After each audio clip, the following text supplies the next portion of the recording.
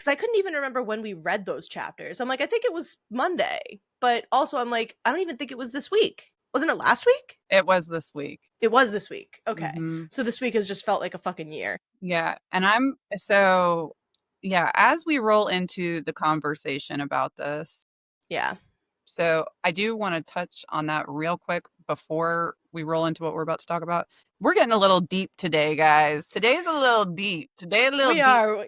We've been going through some shit We've been going with through some these shit. books, okay? And you know what? You know what? If you guys are listening, you probably have been too. Life is a lot right now and life is hard. And while Megan and I think that we both enjoy being like comical and happy-go-lucky, we also like to be real. So Yeah. we're just going to validate you for a minute. I was just going to say that in my personal healing journey, like I'm now able to identify when I'm having a physical reaction to a trigger. I never used to do that before because I used to suppress and repress everything. And I just like lived in fight or flight for so long, right? Yeah. It is so crazy when you start doing active healing and start to be able to understand your body like, oh, I feel like this because I was triggered. Mm-hmm. It's crazy. Yeah. I thought that I was getting a handle on it until times like this come up. And then I bring it to her and she goes, okay, so you were triggered. You're in a Right. triggered state right now. Mhm. So, yes, this completely makes sense. And to that point, I told her, I was like, listen, I've been going to my therapist for like probably 2 years, over 2 years at this Mhm. point. We have not touched upon my major traumas yet. Mhm. Like 2 years. And I told her that. I'm like, I've seen you for a long ass time now, since before I got married. And like, I haven't even told you about my previous experiences and stuff. There's still so much left to be uncovered. And I told her, I was like, this book has started to make me realize maybe I need to start taking the steps to start that on a more serious note.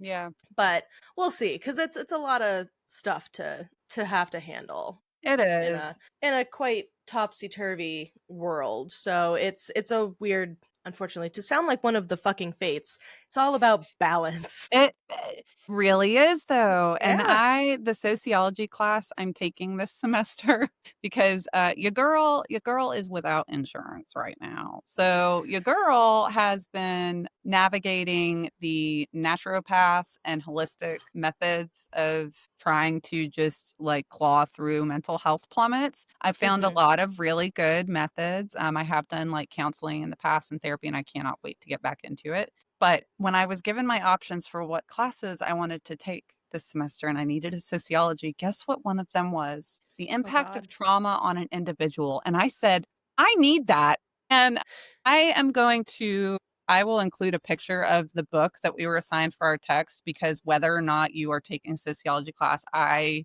think that I am so glad that I did this. This book is like, it's by Dr. Paul Conti. He's an Mhm. MD. I do not know if there's any controversy around him, guys. So please let me know if there is. I don't know yet. But there's a foreword by Lady Gaga in here, and he actually treated Lady Gaga. Oh So wow. it is an incredible book. I am learning so much, and I'm learning so much about myself. But yeah, exactly as you said, like your healing journey never stops. Truly. And yeah, to kind of, as you kind of said, to kind of roll into what we kind of want to open up talking about, we've talked Hmm. about Primal of Blood and Bone.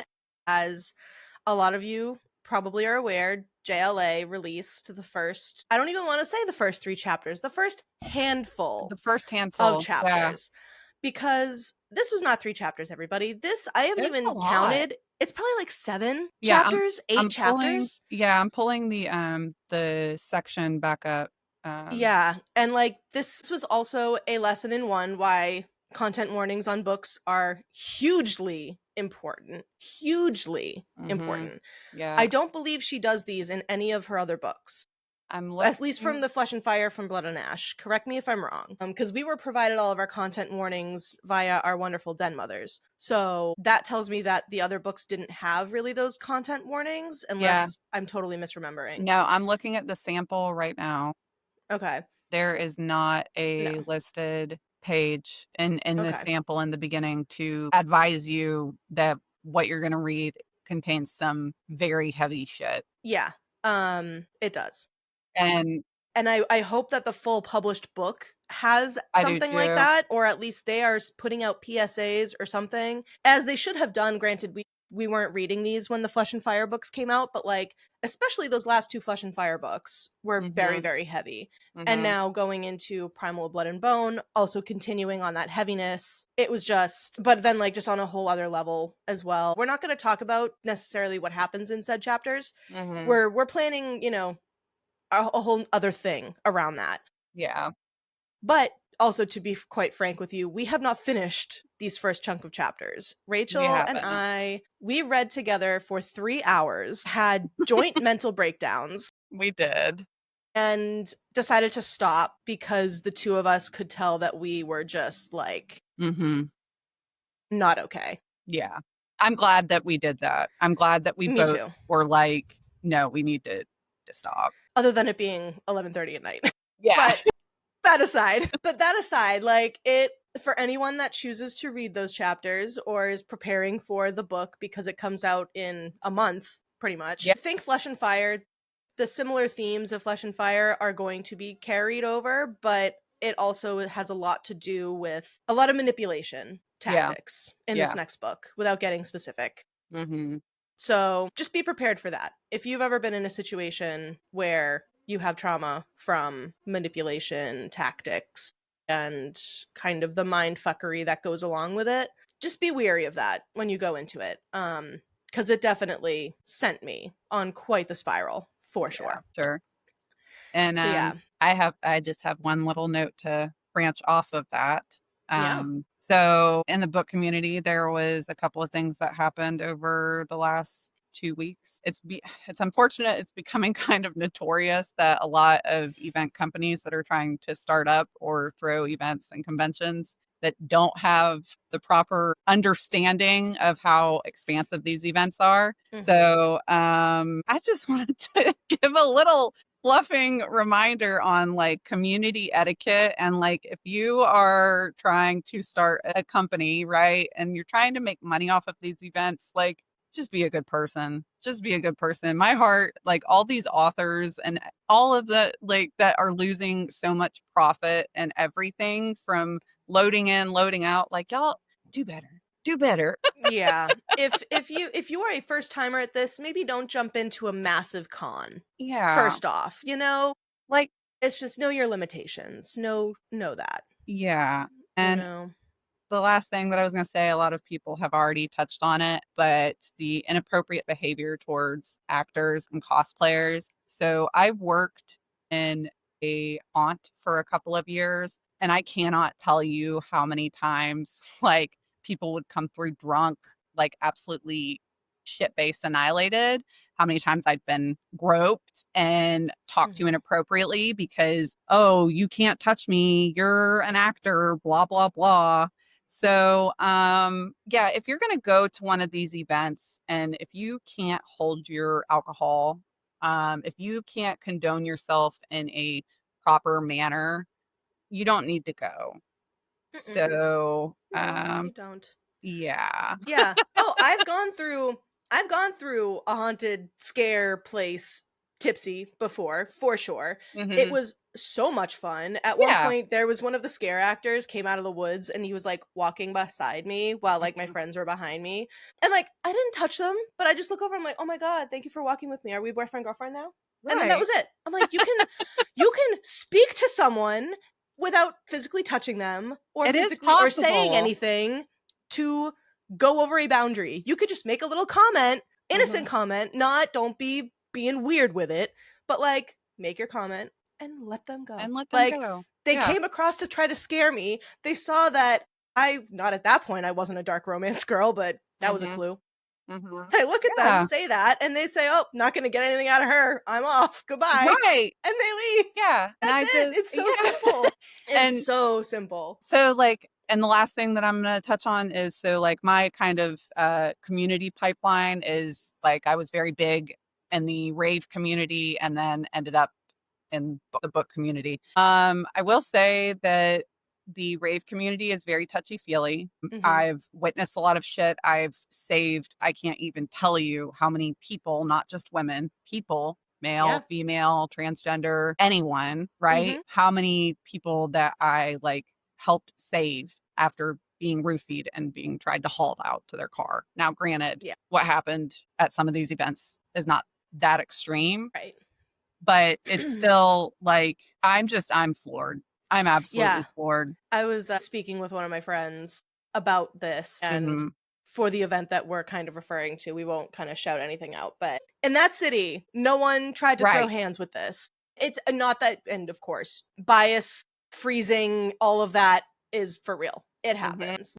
And no blame onto those people whatsoever. But it is just shocking at some of these events and environments where it's like, you'd think where a group of people is so aware of those kinds of things via the books that we read, it's really disappointing to see that people just have no control over themselves. Anyway, we don't want to keep bringing this down, but just a blanket statement of like, keep your hands to yourself in fucking general. It's like, just that's it.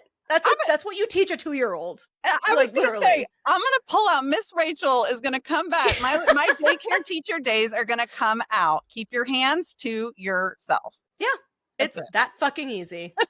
And if you can't, go chop them off. I don't know. This is a horror podcast. I don't know what else to tell you. This is a horror podcast. Yeah, exactly. It's a horror podcast. Go chop them off. Stick them in a meat grinder. I don't know. So, on a happy note, it's 1 month until fall. Yay, speaking of horror.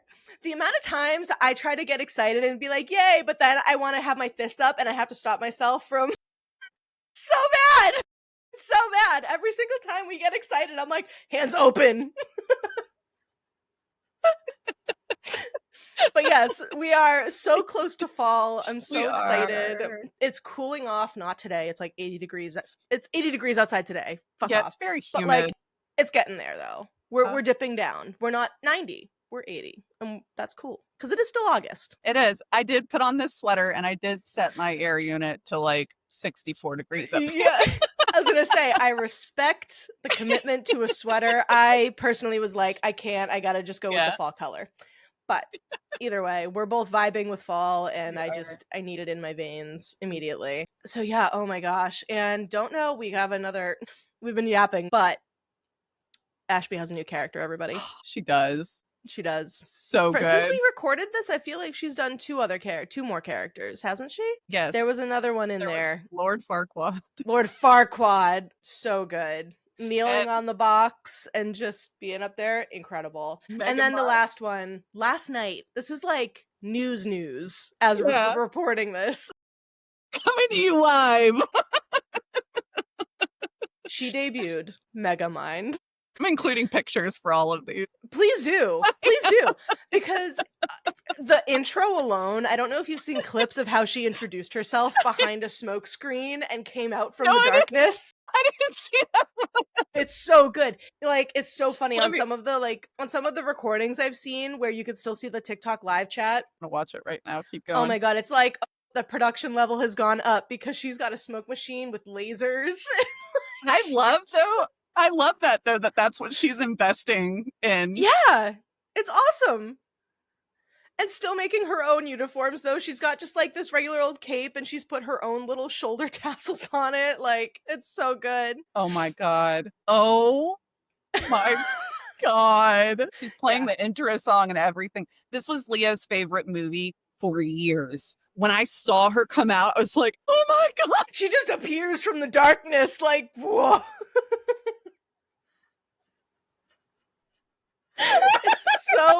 It is so good. At one point in the live, the Megamind bulb had lifted off her head a little bit, so her skin was showing, and she just like screamed and like put more makeup on. It was so funny.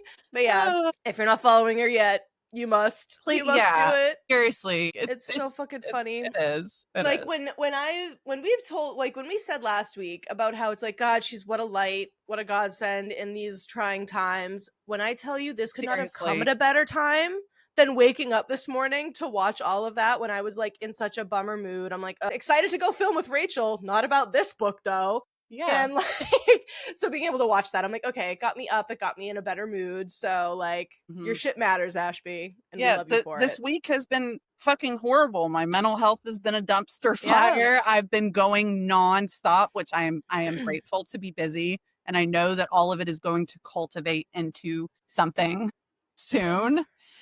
I'm just very frustrated. Fucking Taroko, one of the whale sharks at the aquarium, passed away. Okay. Very sad about that. Yeah. So Ashby, thank you. Yes. From the bottom of our hearts. Thank Thank you. And we love interacting with content creators, of course, giving them their props here. We need to give our props to our viewers, though. We do. Because there's a handful of you that are just like so committed and in love with us. And we love love you for that. We thank you. You know? So obviously we see you commenting. Now that we are making sure to actually check our comments, right. We see that you're commenting. We do. We will start getting back to you because we're learning as we go. We all knew this, but yeah, comments are a thing on Spotify, not just Instagram and TikTok. So yeah, we will make sure to be more active there, and we want to shout all of you out and thank you for interacting with us, because it does help with like the viewership and all of that to have engagement and things like that. So we want to make sure that we're now going to reciprocate that in kind. We see you and we love you. Yes, we want to try to be better for you guys. Yeah. So thanks for sticking in there. We're not ignoring you, we promise. We're just severely ADHD.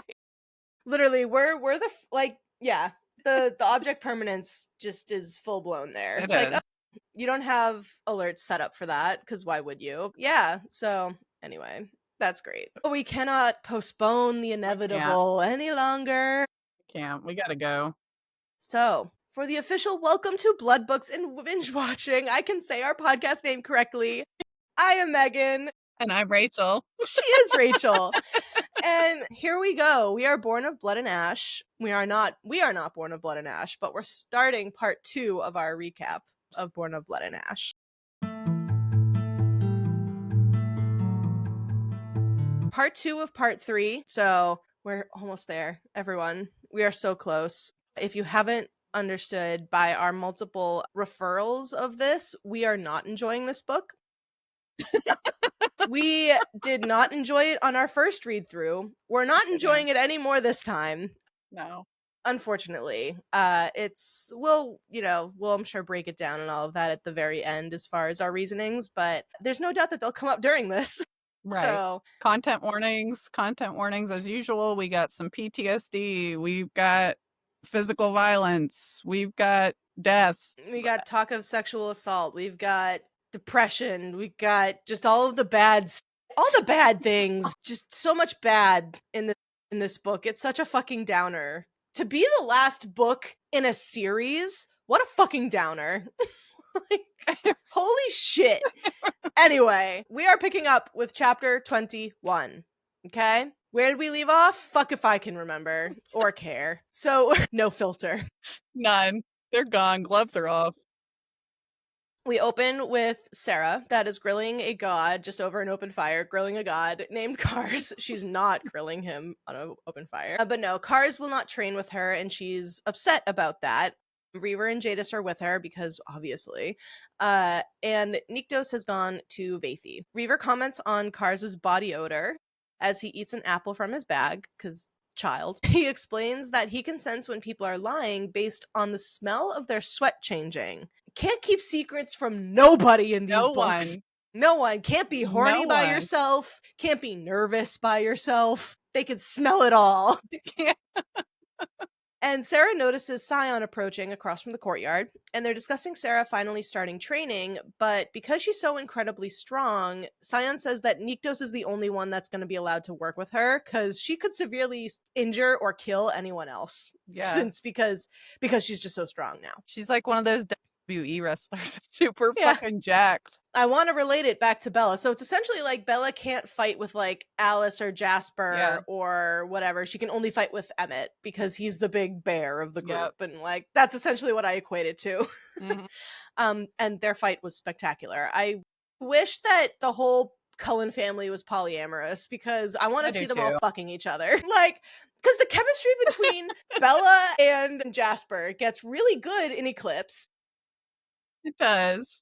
Between Bella and Emmett, in Breaking Dawn Part 2 is really good, and the other movies. And then especially Bella and Carlisle. Oh my god. You know there's a fanfic out there. There's There's gotta gotta be. be. I mean, I'm not a user of AO3 just because it kind of scares me a little bit. It's a little intimidating, but Mhm. like it's gotta be out there. I'm Gotta sure. be.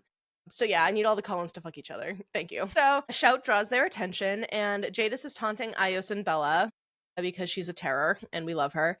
Then Sarah makes a comment that children are terrifying. Okay. Heard, Sarah corrects. Heard. Sion finally shares that Rain needs to talk to her. And the conversation ends up being about housekeeping. And it's like, what?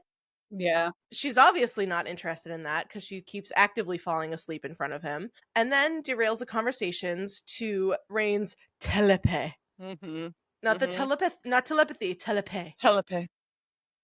Because we're fancy. Mhm. He says he uses a medallion to communicate with Ash, and he also made a box kept on his bedside table. But like my thing with him using a medallion, it just reminds me of like Critical Role or like D&D more specifically, like Mhm. just enchanting an object to be able to talk to the other person, like walkie-talkies. Yeah. Yeah. And I should know what that spell is, and I don't. And sorry. Sarah decides to try her hand at summoning Holland, and while nothing super explosive or magical happens, we do hear shuffling outside of the door. Penelope and someone named Ward have arrived. So, Ward, we know this name, chapter 22. He placed the charm on Sarah from like way back in the the first book, second Mhm. book, to prevent her from being taken against her will. Well, now he's back, and he is referred to as Victor Ward. I'm sorry? Yeah, he's a victor. Victor, as in a victor. And so, yeah, the area used the victors to aid without upsetting the balance. And none of this is really making sense, but like, just go with it. Even Mhm. though it should make sense for all of you. When we say it's Victor Ward with a god, Mhm. or with an ancient whatever the fuck Penelope is, you should know. So Sarah pieces together that Ward was created by the ancients, and he was not reborn like the other victors. He was restored by an heir. Sarah also knows he's older than some of the gods. So, And yeah, like when they say restore, I was like, okay, so is this like loading from an old save file? Like if you're playing a video game and you it feels restore, like it. you know what I'm Yeah, saying? like, yeah, so I mean, yeah, I think that's a very good way of comparing it, honestly. It's like yeah, you die in the game, and then Pick they up from are an old save reborn point. from like that space, that not necessarily the same save point location wise, but Yeah. like in their brain space, memory wise, Right. it's the Right. same. Yeah. Yeah. So yeah, very interesting because yeah, while the other victors, when they're reborn, they don't remember anything. Right. This victor does remember everything. Every time he's been Mhm. restored, he remembers. She also knows that he was with a pregnant woman, a woman with pale hair and a freckled heart-shaped face. The name Fina comes to her, and she touches his cheek and learns the baby's name was Ronan Leslie. It's like, okay. So now we get our first lore Lore alert. alert.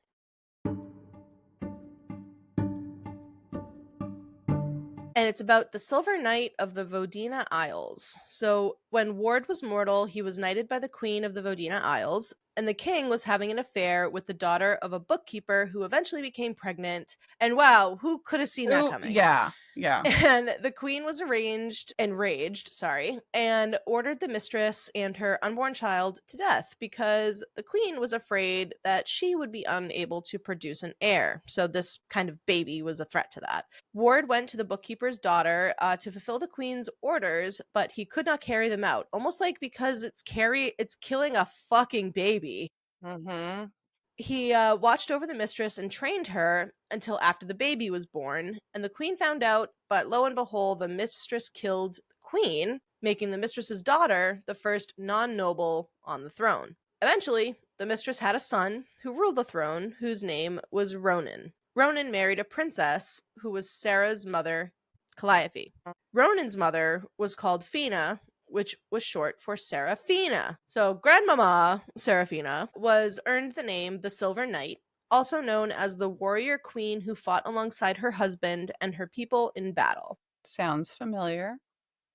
Ward shares that by saving Grandma Serafina and Ronan, he ensured another would be born bearing her name, one that would usher in great change. Got it. Got all that? No? Too bad. Because honestly, it doesn't even fucking matter. It's literally just the origin of Sera's name. Yeah. That's literally all it is. It's like, wow, she's named after a woman who looked like her and it was also named her. Great. Cool. Penelope finally shares why they're there. Great, thank you.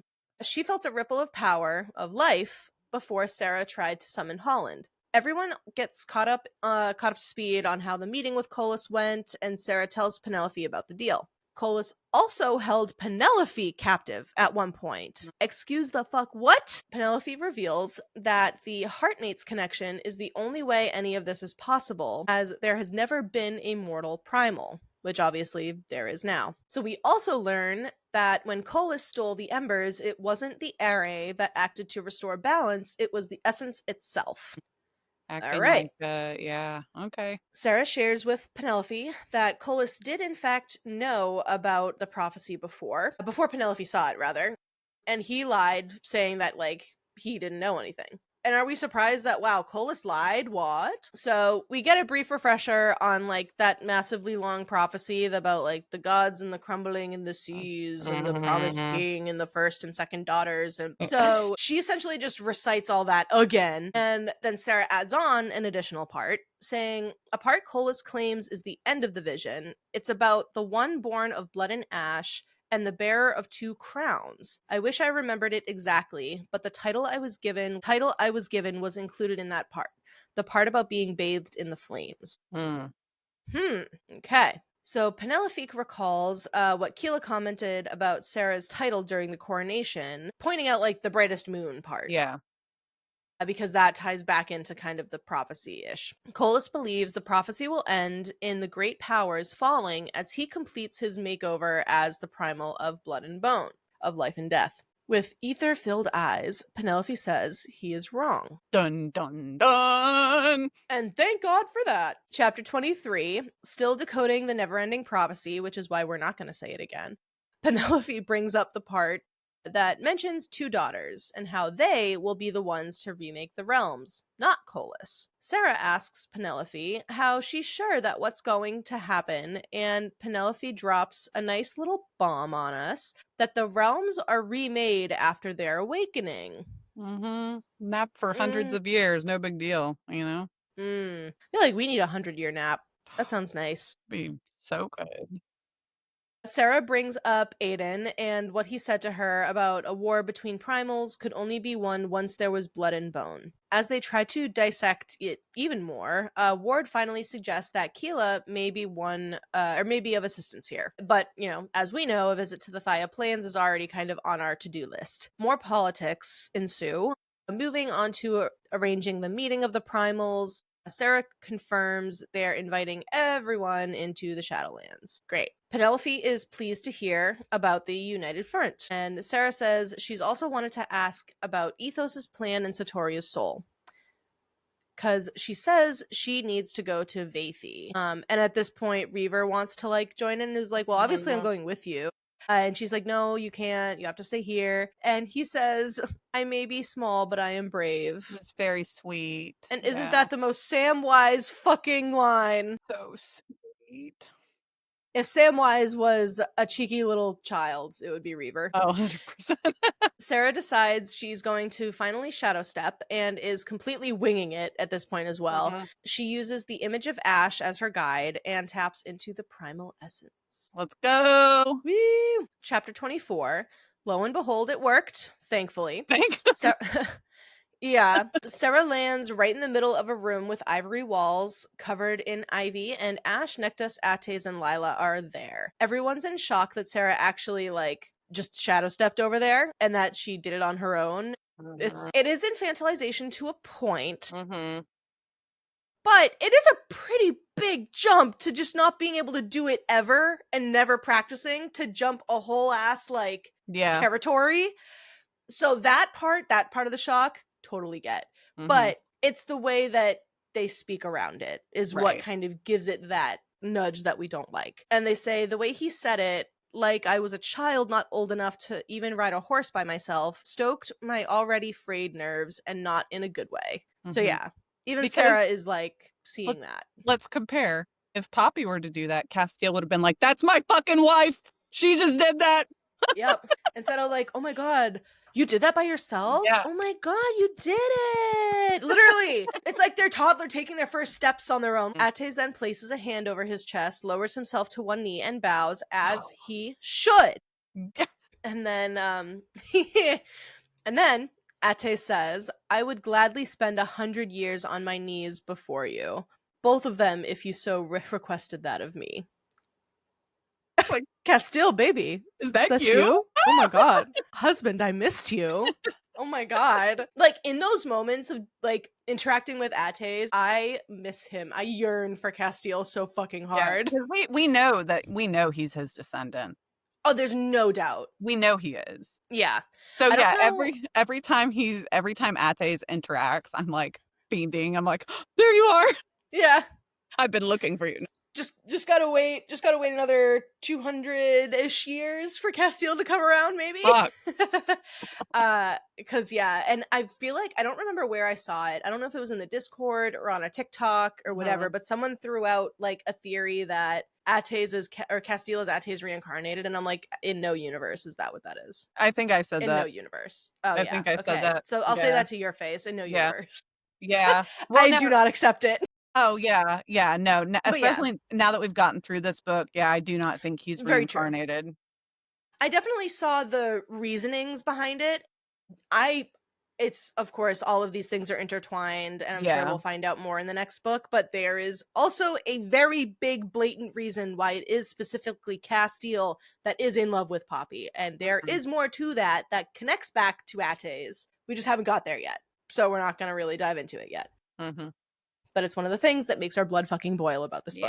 So, Sera notices one of Ate's eyes is swollen shut, and we learn that Ash punched him 4 times, and the entire conversation around it is questionable, to say the least. Yeah. Yeah. It's so, like, interpreting that, I think that this whole interaction could be interpreted both ways, right? Because, like, it's not really presented on why Ash punched him. The only thing I can think of is because maybe, and I can't remember if this is the first time that Ash and Ates are in the same room together since Sera was taken. No. Like, No, I can't even remember what escalates it, like why Ash is pissed at Ates. It doesn't even, I don't even know. But I know that we covered it literally last week. And that's why I'm like, we totally should know. Maybe, I don't know. Whatever. Whatever. Reading it this time through, just, Ash is like, oh, my fist slipped. And I was like, is this toxic masculinity? And I was like, wait, is it valid though? Is it warranted on why he punched him in the face?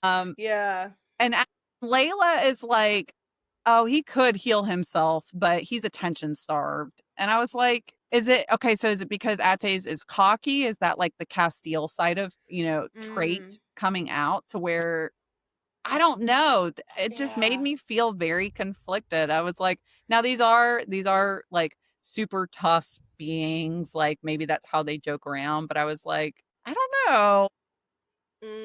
It was a little interesting. Like, did Ash punch him out of being toxic, like having some toxic masculinity? I don't know. I'm so intrigued now. I'm literally looking at I cannot remember what led up to it. And because it's like the only thing that's mentioned in this blurb is kind of like to get him to come to the meeting. You know what? Okay, so no, it's not about the meeting. So the last we saw Ates and Ash together was towards the end of our last chunk. It's essentially after they finish like beating the fuck out of Callum and knock him out. Ates says, right?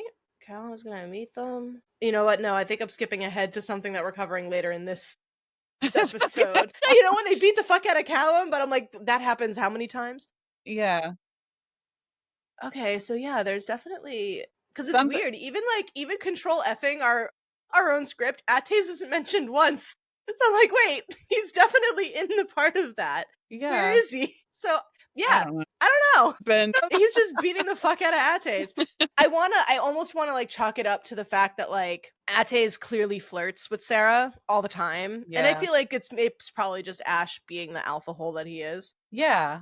So anyway, since we've totally gone off course, let's veer right back. So yeah, Yep. Ash is like, oh, my fist slipped. Mm-hmm. And then he also like, Sera has to pull out of him how many times he got hit. He's like, oh, once, but then twice. And then he said something else, so I hit him again. And then, oh yeah, there was one other time. And it's like, brother. Yeah. Yeah. And Ates could heal himself, but isn't because he's attention starved. That's what I'm saying. That's what Layla said. Yeah. I don't know. That just rubbed me the wrong way. But then I'm like, okay, Yeah. these are beefy primals that don't tap into their emotions like mortals would. But y'all pick and choose what to be so overly fucking sensitive about. Yeah. I don't know what to do with you guys anymore. Yeah, all of them, it really is at certain points that we're kind of seeing them make these choices and actions and being like, who are you again? What do you like? How did you get to this point? Like, what is driving this? Because yeah, they are making actions that are quite questionable to their character and previous thoughts and all that. So now that we've analyzed that, right, analyzed and come to zero conclusions. Sera notices Ate's scar and remembers how he got it, which was trying to stop Kolis from killing his children. And that hurt my heart. That right. And so I should have waited until I gave my commentary, because reading that fact and having that remembrance, that is what bothered me so much about him being beat up and them saying he's attention starved. That I remember. That is why it bothered me so bad. Yeah. But to then counter that, Ate's comments on Sera's eyes, and Ash tells him he's being a little too respectful, and that if he doesn't cool it, he'll find himself neutered. So that is funny. That is funny. We say one thing about how like, damn, Ates is really fucking tragic, and he of course copes with said trauma via humor, like a lot of us do. And so yeah, like he's saying those things and being flirtatious, overly flirtatious with Sera in front of Ash. Like he's taunting him on to a point as well. Yeah. So like there's a whole mix of stuff going on between them. And then Sera feels a wave of something uneasy, like the feeling of death, and everyone is immediately on alert.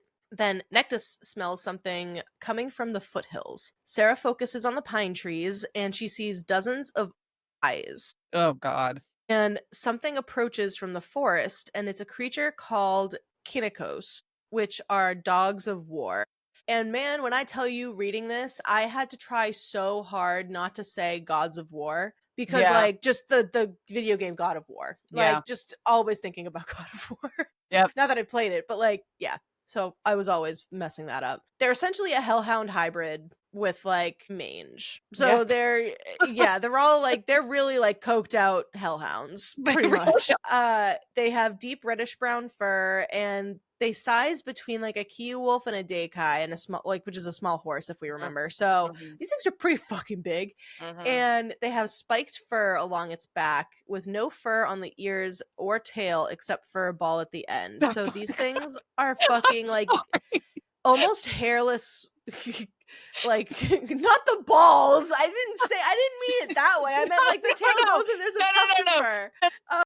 I'm picturing the haircut that some people will give their dogs, where it's like they shave them down completely except for the ball of hair at the end. Oh my God! And I just think for this creature that's supposed to be so horrifying that detail is included, and it just makes it not scary to me anymore. Yeah.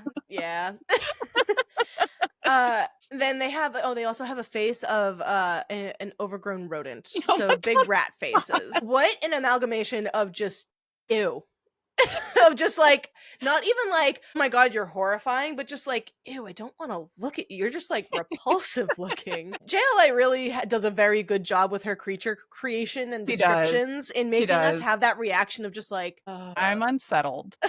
Yeah. As it approaches, Ates gives out a command and says, Satsi Daito. The creature continues to approach and he calls out more demanding again, and the creature's eyes lock onto Sera and Ash and then leaps into the sky. Ash catches it around the neck and then snaps its neck. It's like, okay. And who do we think sent this beast? And Sera guesses correctly it was likely Kin. In the midst of conversation over how long Kin may have been placing these war dogs, all of a sudden, a horde of them bursts through the trees. Hooray! And a fight ensues. Everyone is drawing weapons, and Lila brings her sword down on the neck of one of the Kineko things. Nectus is spewing silver flames in human form, which is always so...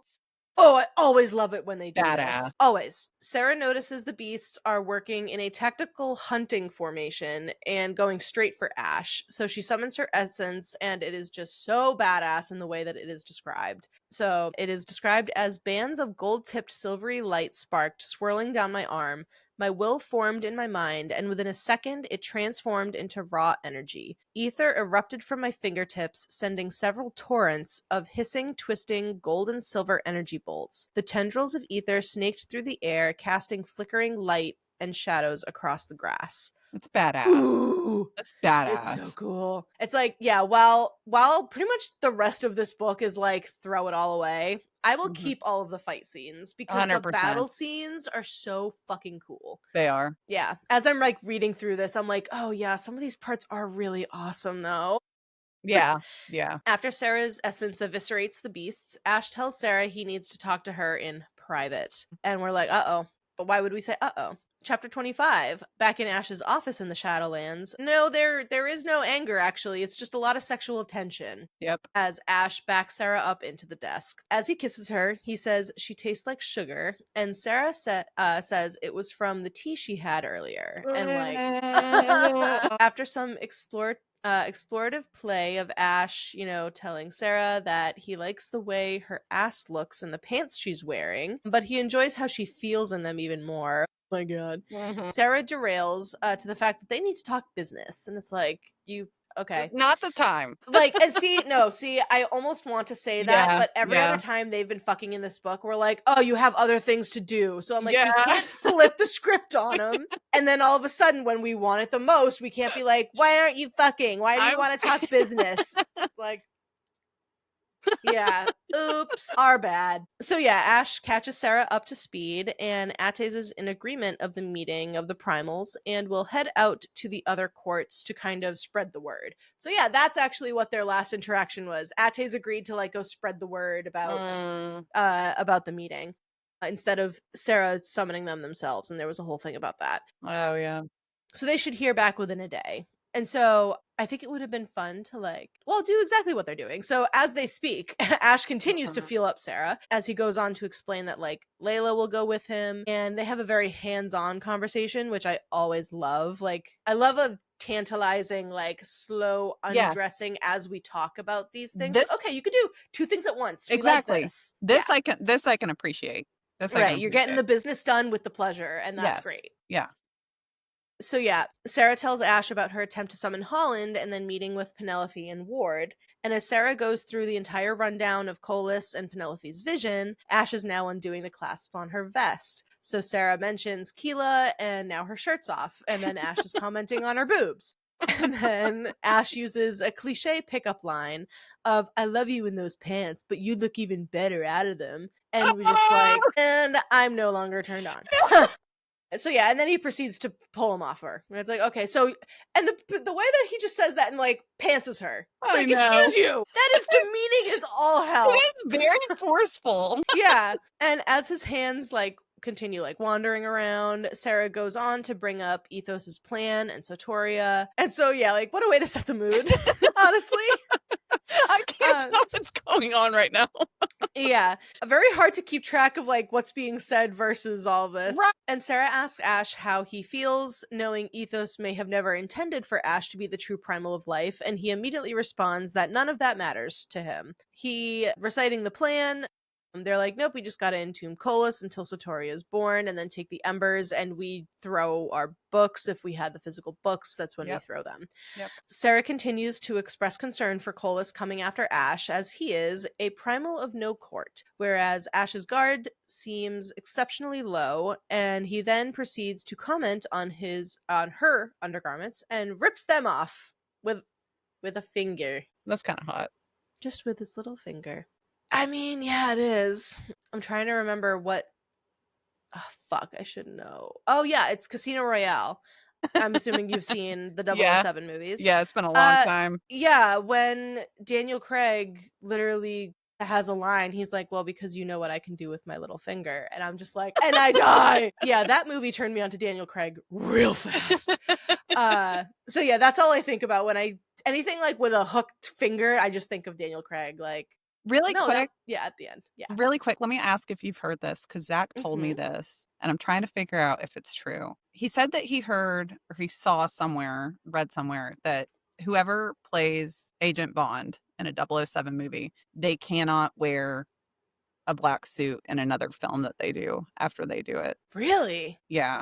I was not aware of that rule, no. So I just figured with you being a cinema buff, I thought that you'd be interested to hear that. That is very interesting. I'll have to tell Enzo that. We'll have to do a dig. Yeah, he told me a while ago and I forgot about it, and now you just reminded me about it. I know. Well, now I need to like go and compare and be like, who's wearing? I need to rewatch Daniel Craig's entire discography after Casino Royale, like, because of course, like off the head, I can't think of anything. But yeah, even like Pierce Brosnan, I'm like, okay, I think about like Mamma Mia. He's I was never gonna wearing say a black suit. It's like not. a blue suit. Yeah. Yeah. Wow. Isn't that crazy? That is so crazy. What a weird niche little fucking thing. Like, is that because then they don't want it to be like, oh, it's James Bond's universe? I like, think what? so. I think so. That's such a strange, like, that's similar to like the whole Apple contract that the villains in movies can't use Apple phones. Yeah. Crazy. So anyway, getting back to the little finger. Ash lifts Sera up and places her on the desk and proceeds to tell Sera he wants to fuck her. I say, have at it. Yeah. Then he lowers himself to his knees and eats her out hot again. They're off to Pound Town. After they finish, Ash says he wants to paint Sera like this. Paint her like one of his French girls. He then goes on to share that he does mostly landscapes, like how the meadows would look if filled with poppies. Interesting. Interesting. When Kolis killed Ash's mother, all traces of her were destroyed. Same with Ethos. So Ash painted his parents' portraits with Nectus's help to save some physical memory of them. And it was the last time that he ever painted. And it's like, oh my god, Ash, baby, is just like, he's a Feyre. Yeah. That part did pull that part did pull on my heartstrings a lot. Yeah. Yeah. It's like very similar to like just because the Bardic Book Club just has finished up Crescent City 3 officially as of yesterday. So it reminds me also of like Bryce, where after the first book she loses all desire to like dance, essentially. Just you losing that artful piece of yourself when you go into like deep depression states and stuff. It's like, been there, do never want to go back. So yeah, it definitely reminded me a lot. That is one of my favorite elements in a book between characters, is someone that brings something out in another character that they haven't done in forever, or relit that spark. I just eat that shit up. Yeah, it's so good. Sera requests to see the rest of his paintings, and Ash says not right now because Sera needs to feed. Chapter 26. As Sera thinks about feeding from Ash, the vision of Vessies pops into her mind, and she tells Ash she doesn't want him to think she's using him. And he talks her through the anxiety, and she finally feeds. Like, essentially just being like, it's actually nothing like that. Yeah. Because we're married, and I want this. Right. So have at it.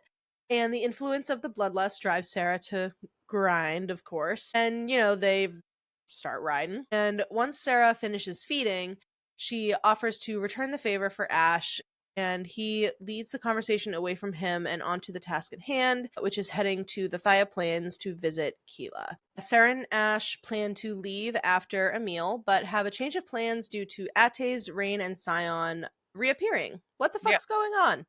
Uh-huh. Someone named Theron is with Ates, and Sera asks, well, who the fuck is that? Because we're in the last book, and how do we have new characters still? Ash replies, he is a walking nightmare in Honoru, which is a dream god, and he's in charge of like Ash is in charge of the remaining few Honoru. No, sorry. Oh no, sorry. He is. Theron is in charge. He's like the what He's would like be the head. Yeah. The head Honoru, got it. Yeah. So Sera attempts to read him and discovers that she can't, but essentially he's here to pledge as an ally. It's like, okay, cool, great. We have never met you, but thank you. He says that removing Kolis from the throne will benefit him as well. Ate says the reason he and Layla got a late start on visiting the other courts was because Sera forgot to tell him about the deal. It's like, wait, what? Yeah. So we also forgot about that. So about the offer that Sera proposed in the last part that we covered, as far as like the offer that Kolis offered her, essentially like her and Ash live their lives, but Kolis rules everything. Flip side, Kolis would not take the throne, not seek vengeance, and he just lets to live out the rest of his existence however the fuck he wants. Sera says the plan is to force Kolis to accept it so that they can keep him alive until they can take the embers from him and place them in Nyktos. So, like, yeah. And Ates reminds Sera that the deal is essentially an oath, and breaking it would have consequences. So, but also she did not understand that. So how... Right. People need to fucking I also don't understand how you have this whole ass conversation with Kolis and make a deal with him and you don't tell the people that are helping plan your attack against him. Yep. What the fuck? I know. It's very frustrating.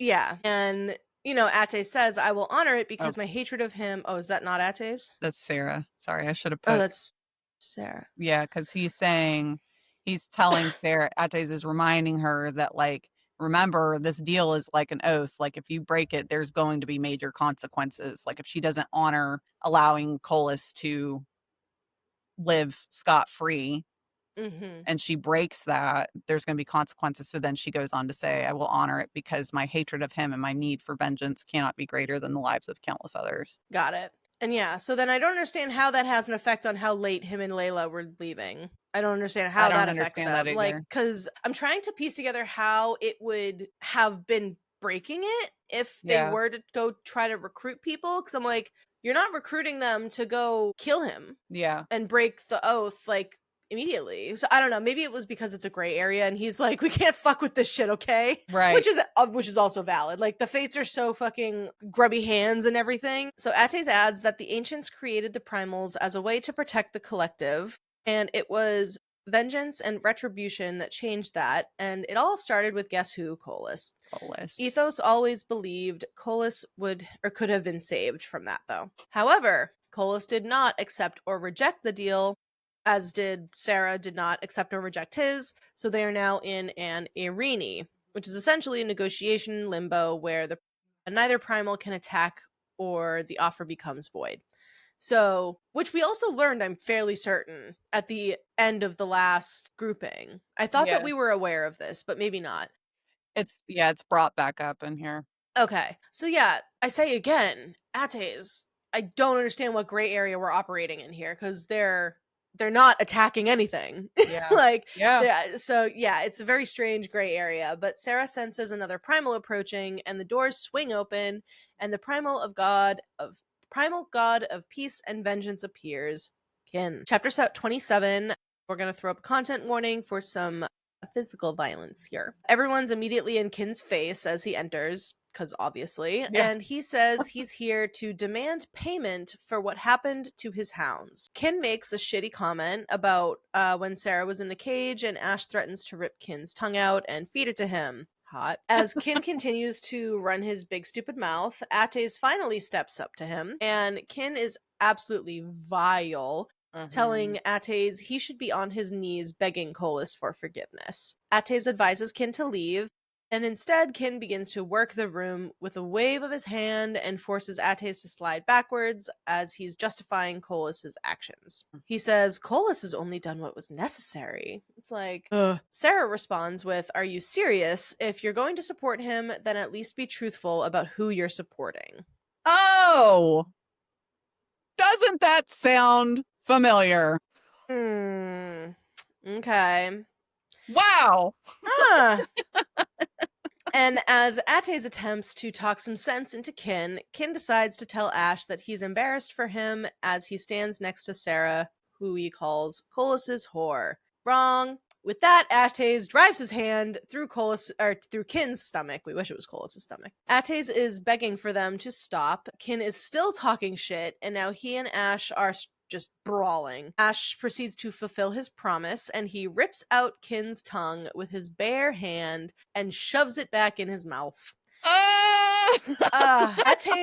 Ates meanwhile is like begging Sera to stop it, and she's like, no. No. Ash throws Kin up into the air and proceeds to rip his heart out of his chest, and Kin's wings collapse. Ash's ether-filled eyes lock with Sera as he bites into Kin's heart, lifts his head, and spits the blood into Kin's face before he crushes the heart and drops Kin to the floor. Goodbye!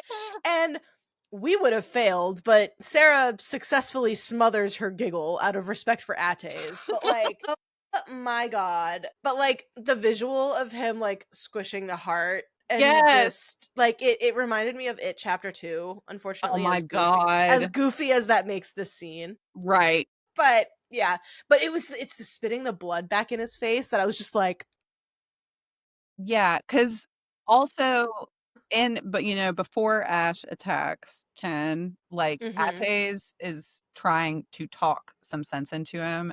And I do that does pull on my heart. I do, we have to remember that Ates and Ken are brothers. This is his brother, right? That he is having to just essentially stand back.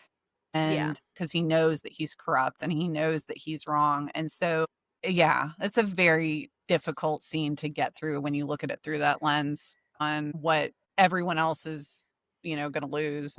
Yeah, because it's just like you said, they are brothers, so Ates, of course, wants to stop it for that point, but he also supports Sera and Ash. Because he knows.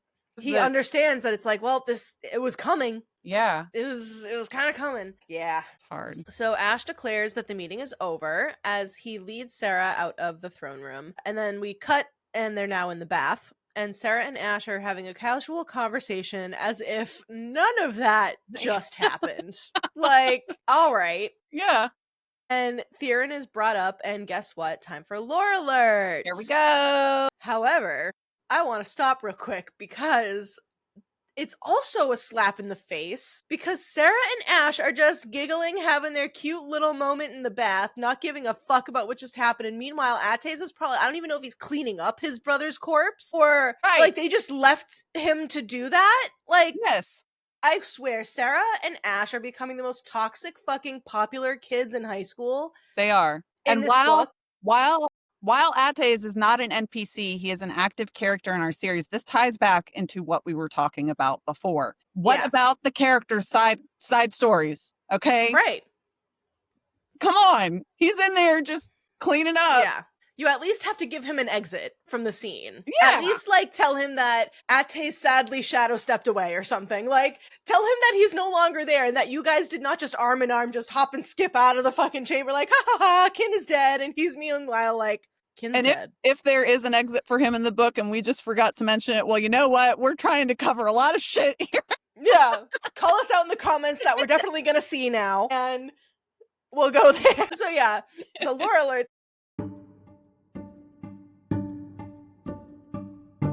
is about the Honoru. And every time I read about Honoru, I just think like Bonnaroo. I do too. So not only can they invade dreams, they can actually steal them. And let me tell you, the Honoru are another one of my favorite creatures in this. I fucking knew you were going to say that because they're one of mine too. They're so badass. I need an entire book about these kinds of creatures. I wish that they were focused on more in this book. Honestly, I don't know. You know what? I don't need it in this universe. I don't need it by JLA. I just want to read a similar concept by somebody else. Okay, take this concept of dream eaters and soul eaters, make them the main characters. We need it. We need it. We need that. So they're known as Soul Adair, translation Soul Eater. They can manipulate the emotions of their targets, wink wink, including gods and primals, both while asleep and awake. So yeah. Does this concept sound familiar yet? Of like Yep. emotional manipulation and like Yep. fucking asleep awakes, all Because that? Yeah. remember in Kingdom of Flesh and Fire when they thought Poppy was a soul eater? Yes. Yes. I didn't even That make that connection. yeah, that's why I'm Shit. that's even more so why I'm losing my shit over this, Oh, I over the didn't honor room. even make that Yes. connection. That's Fuck. that's what they think she's a soul eater when God damn. right. You're So so right. this is where it's like, oh fuck. This is where my attention was drawn back into this book, was this exact This is section. like, okay, fuck. So yeah, and only gods are able to mess with primals. So they're able to create an emotion out of nothing, including manifesting and amplifying fear. Fucking sleep paralysis. My 1000%. God. Yeah. So getting into bed, Ash finally brings up Kin, and he and Sera both share the effects that Kolis' cruelty has had on them. Kolis killing 3 gods because Ash wouldn't kill one, and Sera killing Evander because Kolis planting the seed before for her to do it. So yeah, they just his mind fuckery is just unmatched in a bad way. Yeah. But there is a really beautiful moment of Ash validating Sarah here because they're just having this little like bedtime chat, right? And you know, he's like, so just like you're sorry I experienced that, I'm sorry you experienced what you did. And I just thought that was a very nice, touching moment on what a good, I don't want to call them healthy, but what a healthy partner would do in validating your feelings. Yes, Sweet. it's what healthy communication looks like. Yes. We're getting splatters of it here and there throughout the book. Yeah. Chapter 28, we're now finally visiting Keela, as we were supposed to do, I don't know, 6 chapters ago, who bows to Sera and Ash as they enter the chamber. Keela tells Sera she looks full of life. Nothing's clicking yet, Sera? Jesus? Nothing. Ash shares that they cannot summon the other primals until the period of the Arini is over, and he goes on to ask Keela what she knows of the ancients. So Guess maybe what? that's... Oh, sorry, before we jump into it, I did want to say, okay, that then does make more sense as to why they had to send Ates and Layla out, and she couldn't actively summon them because that would be using the compulsion on some level. And they can't be pressuring other primals. So, like, if that's breaking it, then I get it, but it still ties back to why didn't they leave earlier? Yeah, either way. Right. Lore alert!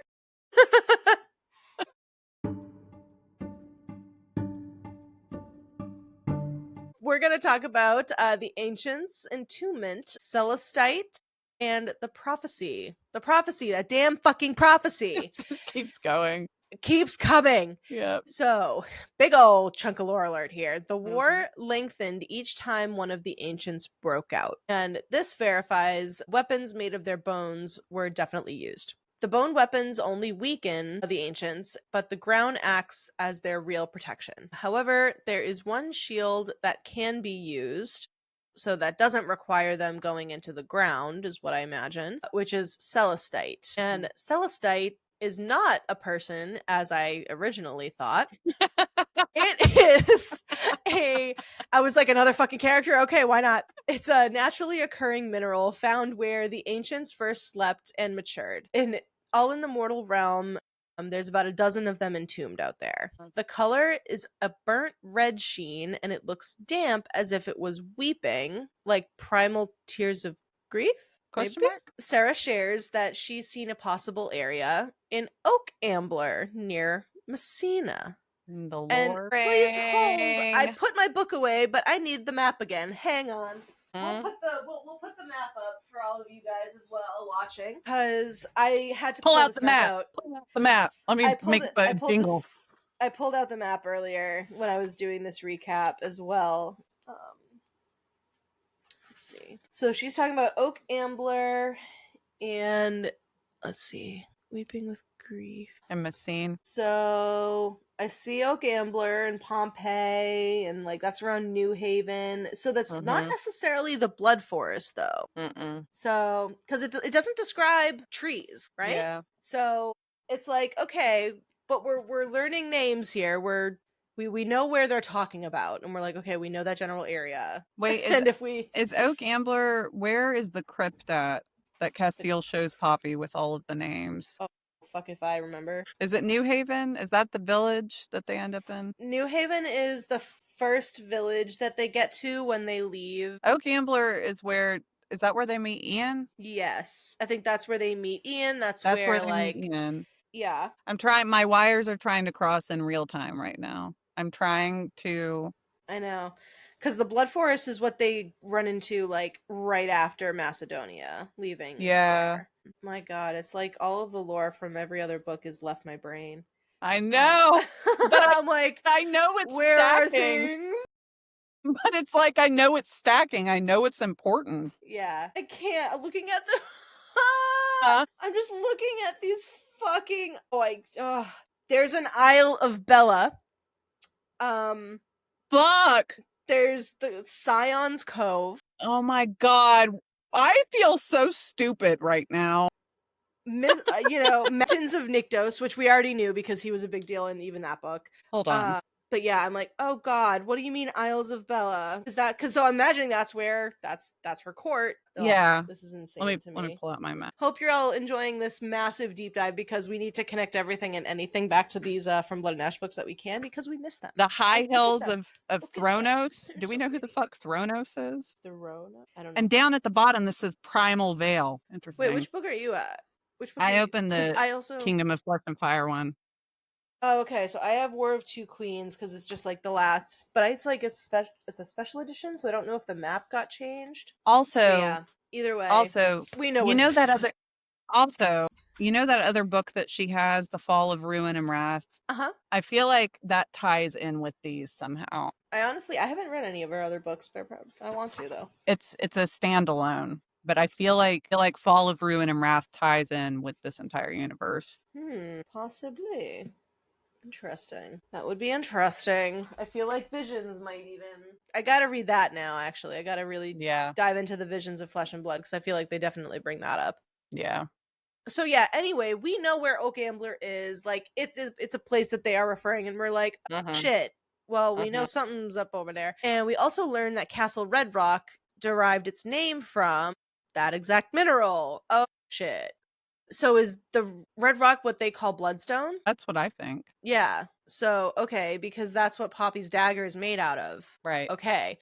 I'm remembering now. Okay, wow. To think that we just stared at a map for like 5 fucking minutes and all I have to do is say bloodstone and it all just whoosh, it just comes roaring back to my brain. Yeah, no, I think that's exactly what it is. Because yeah, the dagger can kill gods and primals. Yeah.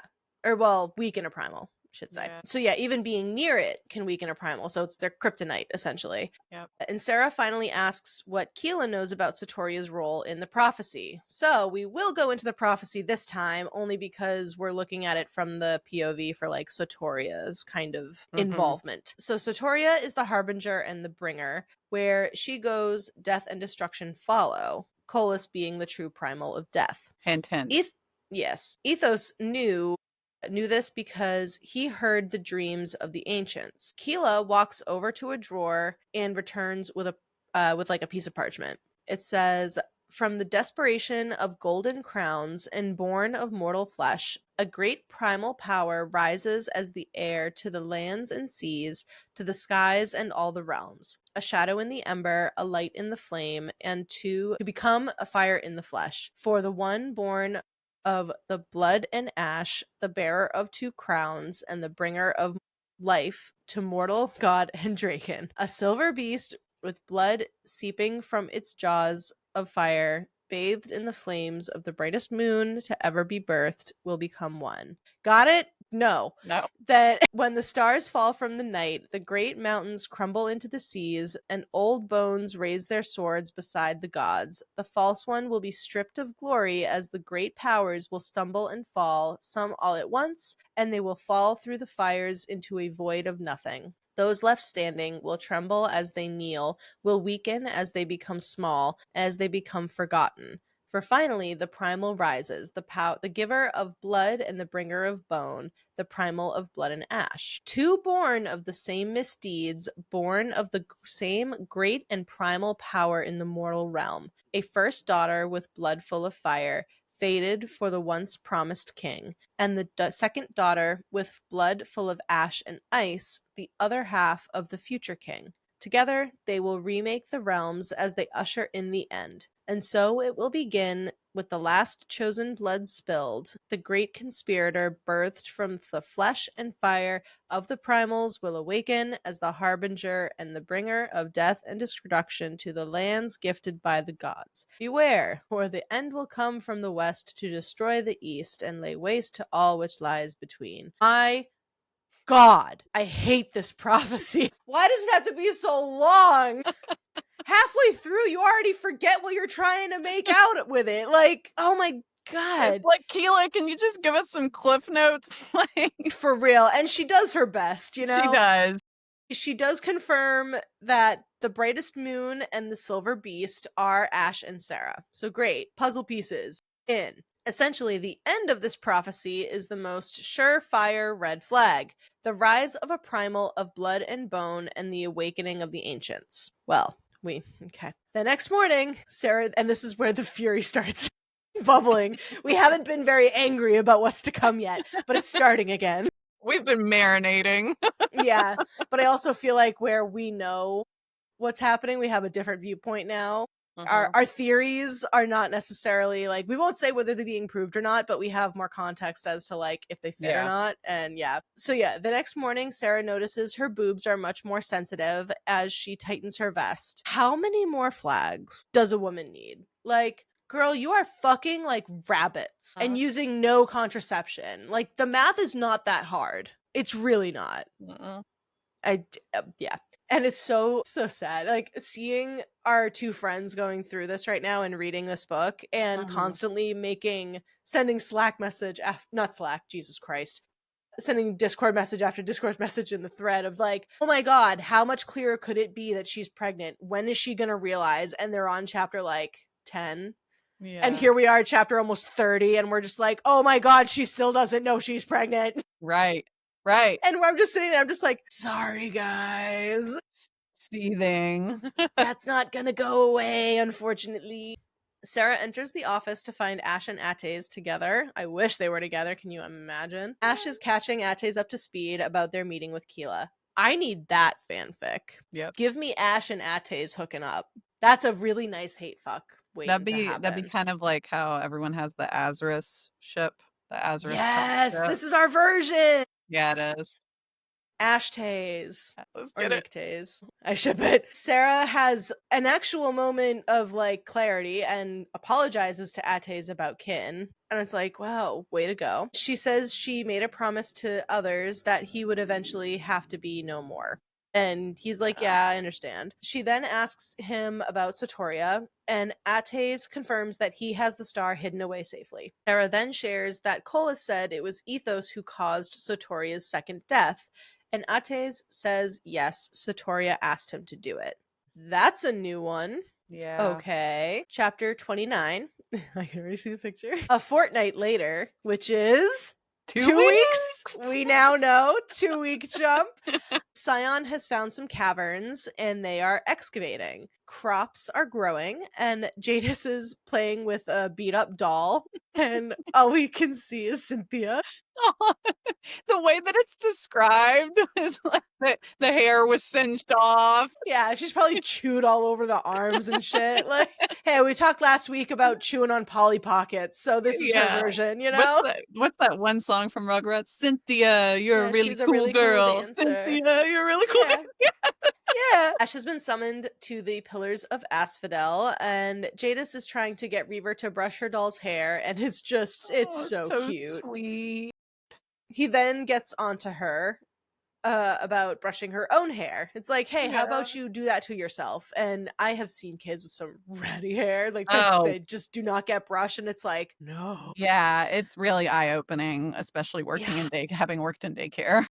Oh, I can't imagine. This moment is just so super sweet. It's just like a super sweet little domestic moment. And there's one little funny note where like when Reaver tells Jadis, like, oh, you know, you need to brush your hair. You're going to get in trouble. And she, like, tries to chuck the brush at him. Yeah, they're so cute. It's so sweet. Yeah. And as as Sera finishes brushing Jadis's hair, her gaze lands on the Book of the Dead. As she goes to touch it, she hears her own voice. The Book of the Dead is for the dead, not the living. Creepy. Sera calls for Rahar, and she asks him if any souls passed through the pillars when Ash was held in Delos. Because remember, if he's not writing their names down, they're in like a waiting room limbo. Yeah. And Rahar shares that yes, souls would get stuck if Ash was unavailable, the longest being a couple of weeks. It's like, oh my god, being in a waiting line for 2 weeks? Be like, I'm already fucking dead, and now I'm in the fucking DMV line from hell? Are you kidding? Because that is what I feel like a lot of people think hell is. Like, genuinely. Because, yeah, and I also relate that back to Supernatural, when Crowley takes over hell, and everyone's just queuing forever. I think it's like, it's even a joke that when you get to the front of the line, you just get sent to the back of the line. I'm fairly certain. So, yeah. And Rahar does fill in for him, but he's only able to do this because Ash released his and Scion's soul back to each of them. And it only works when they're holding the Book of the Dead, but Rain is also capable of doing it. And Rahar also shares the respect that he now has for Sera and everything she's done to get them to this point. So they just have a nice little moment there. It is a good full like circle moment, because remember how much they hated her when she first showed up? So much. Oh my god. Or when they learned that like she was originally planning to kill him. Yeah. Yeah. Then Rain shows up asking about lunch, and we also learned that Theron is staying in one of the rooms inside. Bedtime is about to get a whole lot more interesting. Yeah. Remember, that's a god of dreams. Yeah. We get another super cute domestic moment of Sera wanting to redecorate, asking them if they can bring more furniture in. And suddenly Sera is just buzzing because a primal has arrived and it's not Ash. Yeah. So chapter 30. Sera tells Reaver to take Jadis out of the room, and Sera tells Rahar a primal is here. It's not Ash or Ates, so it's like, Jesus. She runs down the corridor and comes across Ios and Bella and immediately goes into strategic warrior queen mode, and she assigns Ios on baby Draken duty and Bella to the gates, and Rahar to stay below and behind the rise. Archers are in position, the courtyard comes into view, guards ready at the gate. It's Vesi's, and she wants to see Nyktos. Too fucking bad. Right. She literally walks up, she's like, I'm here to see Nyktos. It's like, what? Sera rushes to the edge of the rise and looks down at her, and Vesi's repeats herself, which is the final thread for Sera, and she jumps off the ledge and lands right in front of Vesi's. Superhero landing! It's pretty badass. It's pretty badass. She's such a poser. Sera tells Vesi's she's not welcome here, and Vesi's proceeds to try and cut Sera down with threatening insecurities. She's terrible at insults. Like, she's really not bad. working. It's really bad. Yeah. And like she throws out like, oh, Ash is gonna tire of you eventually, and it's just like, it's not even good insults, honestly. Yeah, exactly. So Sera tells she doesn't falter at all and holds her ground, and Vesi's brings up how she knew Sera wasn't Sotoria. And it's like, cool story, bro. She also asks if Ash knows how Rain was freed. So she says, have you told him how far you were willing to go to convince Kolis that you were Sotoria? Hinting at like, did you tell him that you slept with him, even though we know that didn't happen? Exactly. Vesi's calls Sera a caged whore. It's like, all right, well, that does it. Yep. Sera taps into that rage, and she sees the gilded bone bars of the ancients. Vesi's makes another horrid comment about how things will end for Sera, being used by every god, Draken, and Dakai. Maybe you'll like it. It's like, and then Sera coming out strong. Hell so yeah. Good. You can say it. He goes, you silly bitch. I think you forgot something. I'm no longer caged. I love that at the beginning, that you silly bitch.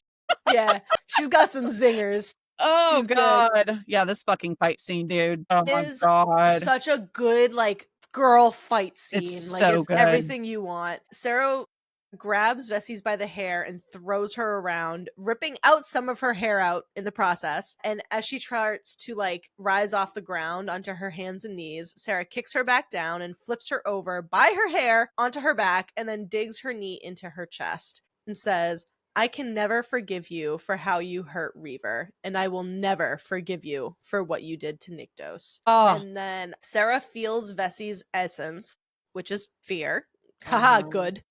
Rain tells Sera not to kill her because of what it would cause, and Sera hears Vesey's voice in her head, being condescending as fuck because she's not gonna stop until she can no longer speak. Sera then tears into Vesey's throat and proceeds to spit the blood in her face. I wonder where she got that trick. Right.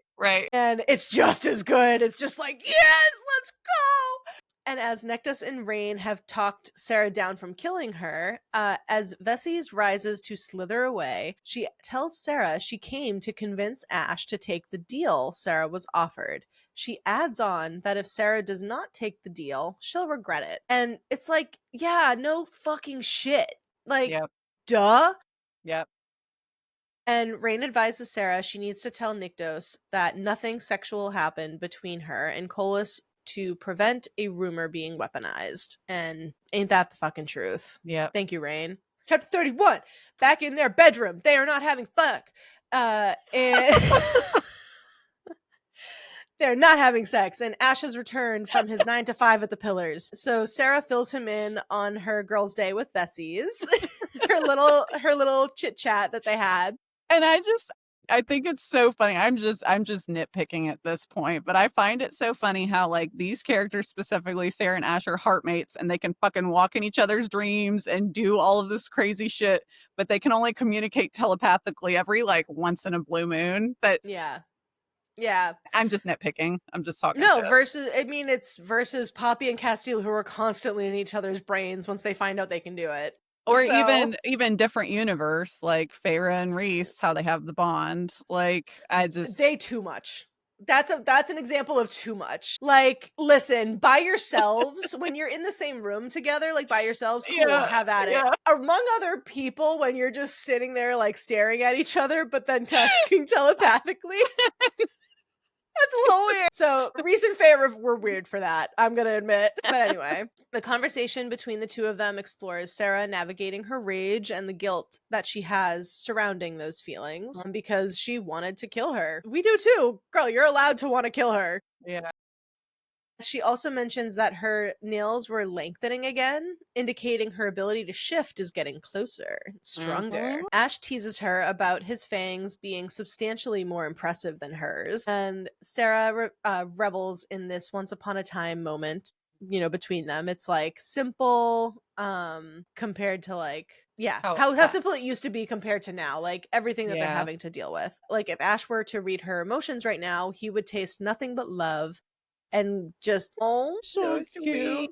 It's the thing from Shrek when he holds up the sign when you go And throughout the day, Sera finds herself thinking, no, like, okay, about what though? About everything, because there's a fuck ton to think about. She is just loaded down with an exponential amount of responsibility to keep the literal fabric of existence intact, and she does it with a smile, right? Or trying to, which is not an easy feat whatsoever. She does channel some of it into some training with Bella, and she thinks to herself that whatever Holland is, he would, or wherever Holland was, he would be proud. And like, yes, validate yourself. He would be proud. He would. You are training with a goddamn primal. Let's go. Fuck yeah. And that evening, Sera and Ash have a strategy meeting with the Shadowlands gods discussing tactics for attacking Delos. I can't speak anymore. Attacking. Finally making it to bed, the quiet provides ample opportunity for Sera to reflect on an even longer list of things because it's a CVS receipt level length. At this point. So, first of all, the fucking Irene. What's Kolis's move? Like, will he wait until it's over? What about when Sera summons the primals? Like, there's a lot of iffy territory there. Yeah. And she also thinks about Sotoria and Ethos, what was expected of Sotoria, and how fucked that entire situation was. She says, I didn't want to dwell on Sotoria. It made me so goddamn sad. Us too. Fucking heard. Us too. Us too. Yeah. Like we said, it's the Elena problem of it all. It is. Like, lastly, she thinks about why she was training earlier, anticipating the fight with Kolis that will inevitably happen. Because that's, talking about PTSD and everything, like, she's also weighing that in on herself. Like, I'm eventually going to have to fight him. Like, all of this planning and tactic and strategy is great and all. She's like, I'm gonna have to come face to face with him again. And that's a whole other, Yeah, she has to be physically ready, but it's mentally preparing as well, for sure. Looking your triggers in the face, are you kidding? Right. And then beating their ass. Yeah. The beating their ass, I feel like, would feel very natural. Yeah. But also that freezing effect as well, for sure. Like, if I were to accidentally come face to face with my trigger out in the wild, I would 100% freeze, contemplate hitting, for sure, but likely run away. So yeah, anyway. Ash stirs and asks Sera why she's not sleeping, and Sera says that she was just thinking, and they discuss the impact of a primal dying. And Ash says the damage and physical fight would cause, like, a whole lot of bad, like, world-ending kind of stuff, like tsunamis, earthquakes, violent storms. All of our favorite natural disaster films, essentially, are gonna happen. When that's happening, it's because primals are fighting. Yep. So yeah, it brings me back to when I was, like, little and my parents told me, like, oh, it's like the thing that you tell kids that are raised in a Catholic household, that God's bowling. Yeah. God's bowling. Yep. And then that led me to say, like, okay, well, when it's raining, is that him pissing on us? Like, I don't understand. Yep. The math isn't mathing. And from a very young age, so it began. Yep. Of my exit from organized religion. But anyway, if a primal falls without another one to rise, all of those events would be amplified, like cataclysmic. No bueno. Sera says her foresight didn't show her jack shit about the potential devastation, and Ash reminds her what Holland said about multiple threads. There's multiple outcomes, so that's likely why you couldn't see it. Sera wants to warn Ezra, considering Lasagna is a coastal kingdom, and because, it's her fam. She wants to go tomorrow, and Nectus will go with her, so Ash can hold down the fort. Ash tells Sera she needs rest, and she says she can't turn her mind off, which he then proceeds to take upon himself and fuck her to sleep. And that would be nice. Yeah. What a world.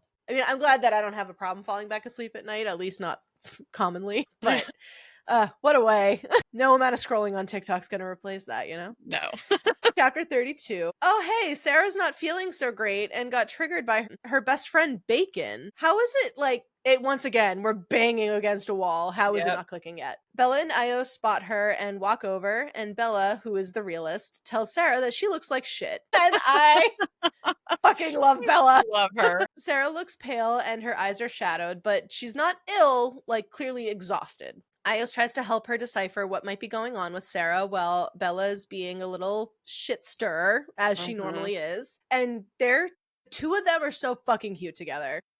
They really are. I adore them. It's so, like, I don't even know. It's not Black Cat Golden Retriever whatsoever, because Bella's like a Black Cat Golden Retriever in herself. And then Ios is not.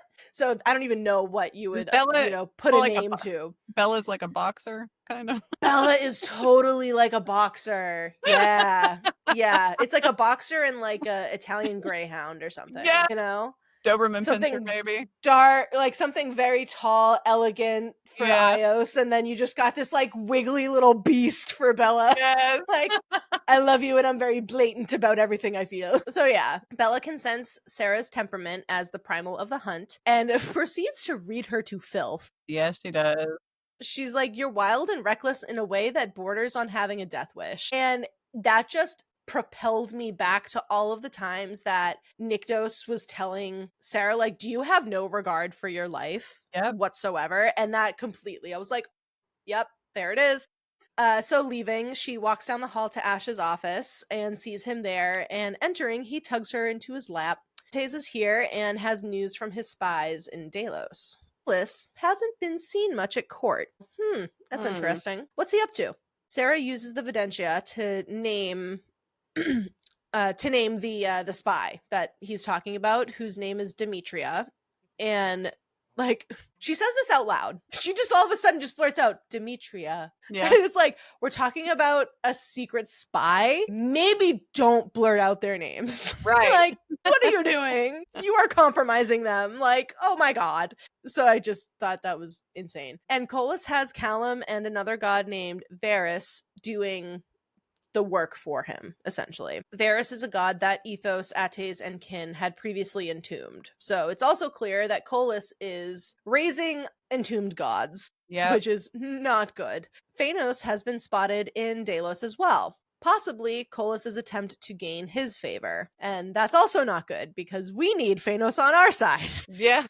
Going over what Phanos brings to the war table, they need him on their side, as we just said. He's got a lot of power, and the allies among him as well. Later on, Sera thinks about seeing her sister again, because that's coming up. And it's a nervous excitement, because she also hasn't seen them since ascending. So she looks a little bit different if you don't remember. Her eyes are quite different now. Mm-hmm. And also, would she see Mummy Dearest? Who knows? Not that she necessarily deserves to see her mother, or her mother deserves to see her, rather. Ash brings her a gift that he got her, and she opens it to find a new dagger. And this dagger is so fucking cool. It is. The hilt is made from lightweight white material, and the pommel is carved into a full moon with silver flames in the grip. Silver flames. The blade made from the bone of an ancient, and it's chiseled into the blade, or the bone, is a wolf with its jaws open and breathing fire. And Ates made it for her, and it was commissioned by Ash. Oh my god, it's so cute. I need to find an artist when I have the funds to do so and commission them to make that blade. Like, I want a wall. Don't put me on a list, anyone. I want a wall of weapons so bad. Are you kidding? Do you know how many people I say that as soon as I get the space for it, I'm starting to collect swords? I need to collect all of the things. I've got a dagger over here somewhere. Enzo's got a dagger of his own. I want full length, swords. Oh, yeah. Oh, my God. Yeah. I need it all. Especially the ones that are described. I do have to give this series that and JLA, like, her weapons and her crowns and everything are just described so fucking good. Yeah. They really are. And that's I can't wait to eventually, this thought just came to me because I'm looking at the art in front of me. I'll essentially get Poppy's dagger, but on a place that it would be strapped to my thigh, as if you were gonna unsheath it, So I feel like I might do that. Cause I need, when you say, oh, I want to commission someone to make that blade, I'm like, I just want it on my body. You just want a tattoo. Yeah. Yeah, but either way, yeah. You are completely correct. She describes her weapons so beautifully. So good. And also this new dagger is everything that is described in her title as queen. And that's really fucking cool too. It is really cool. It's just it's so good and unique. So Sera promises not to throw the dagger at him again. She's like, all right, I promise I won't throw this one at you. Yeah. And she asks him if he needs to feed, and notices that his skin is warmer again. And he says, he's like, oh yeah, no, I'm fine. I don't need to feed. My blood's regenerating, because the ability to do that is strengthening since she's been ascended. So Sera concentrates on shadow stepping into the palace gardens, and Nectus takes her hands to travel with her. So she's going back to Wayfair. Chapter 33. Successfully arriving to the gardens, Sera tells Nectus that his scent is earthy, and they briefly discuss the Draken imprints and how to use them to communicate between them. Coming upon some guards, Nectus offers to scare them off, but she decides to go forth as herself, the primal of life. One of the guards calls Nectus enormous, and he says, thank you. I love that part. I do too. And once they realize who stands before them, they both drop to their knees. And then Sera notices something about one of them and touches his face. Then she sees the pain and sickness that was killing him slowly, and she heals him. It's always cool to kind of see the flashbacks there, and you just get the little glimpses. I'm like, it's the certain redhead that we love and miss so much. Yeah. And leaving the guards, they enter the palace, and Nectus points out the crest. Sera explains it's supposed to represent strength and leadership. And he's like, well, yes, but no. He explains that it originally would represent true life, as in true primal of life. And oh, guess what? It's the fucking fates acting up again. Yeah, and it's at this point where, like, I want to, but I don't think that I will, where I really want to, like, I was, like, honing in on all of the different crest markings throughout from Blood and Ash and then throughout the books up to this point, and really just, like, making a timeline and seeing, like, how they evolved depending on, our series of events to see how they got to the point that they were at. It's very interesting. It is. Nectos also notices that the sword is slanted, and it's a symbol representing both life and death as one. My God. Yep. Continuing through the palace, Sera recalls the wards that Ash put up when she first left, way back when, but they only protect against gods seeking to do harm, not primals. And then she smells something in the air, stale lilacs. And our stomachs all drop. Yep. So she goes into kind of a panic and makes her way through the palace and bursts through some doors and sees Callum sitting at the table having dinner with her family. Excuse? Sera attacks and throws him against a wall and is like, what the fuck are you doing here? And he's just like, I was just chatting and catching up with my friends. Like, damn. Like, he says he's known her mother for a long time, and it's like, what the fuck? So Sera pushes ether into Callum as it burns him from the inside out, and it pops his eyeballs and they like melt down his face. It's really gross but really satisfying sounding. It's really, yeah. It's like one of those pop dolls that you squeeze and make the eyeballs. I was thinking more Indiana Jones, but cool. And before they can talk any further, the hall begins to shake at the arrival of another primal. And guess who? That's right, it's Ash. Ta-da! So, chapter 34. Ash is here because he had picked up on her anger, but he dismissed it. And then he sensed some emotional pain because her mother, after getting a glimpse of her, asked, "What are you?" You know, like a bitch. Yeah. And so Nectus even calls Sera's mother her so-called mother. And I'm just like, get her! Go get her! And Ash asks if any of them bowed when she entered. And Nectus is like, actually, no, they didn't.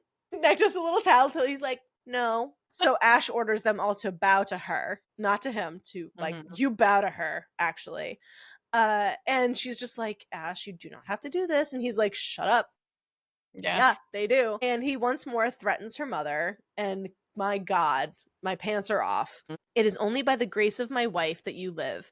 I have told you that already, but I am willing to face her anger to ensure that your sharp tongue leaves no more cuts. Oh, that's so good. God. So good. Then he returns to the Shadowlands with healing Callum in tow. And we find out that Callum had arrived 2 days prior. So we have a lore alert. What a surprise.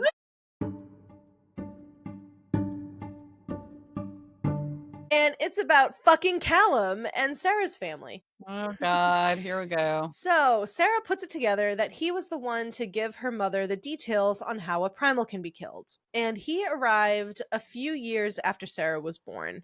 He had claimed that he wanted to help their family and reported to them that she had succeeded in killing the primal of death when the rot started to leave. So he kind of was like a messenger boy in that way, I guess. He also, while he was there, spent most of his time at the Cliffs of Sorrow, which, as we know, is where Sotoria died. And he seemed content with like the company here. So like he was playing house with them, essentially. Like, so weird. And Sera's about to tell them to summon her if anyone else shows, but she hasn't felt any summons yet. So instead, so she kind of puts it together like maybe they don't know how to summon her. It's like, yeah, that's probably true. So she tells them to simply call her name and she'll hear them and she'll come. So, like, do we remember from Blood and Ash how speaking the consort's name was a whole thing? I would love to go back and find out at what point we say her name for the first time in From Blood and Ash, because I feel Yeah. like that would coincide with something that we did not know back then.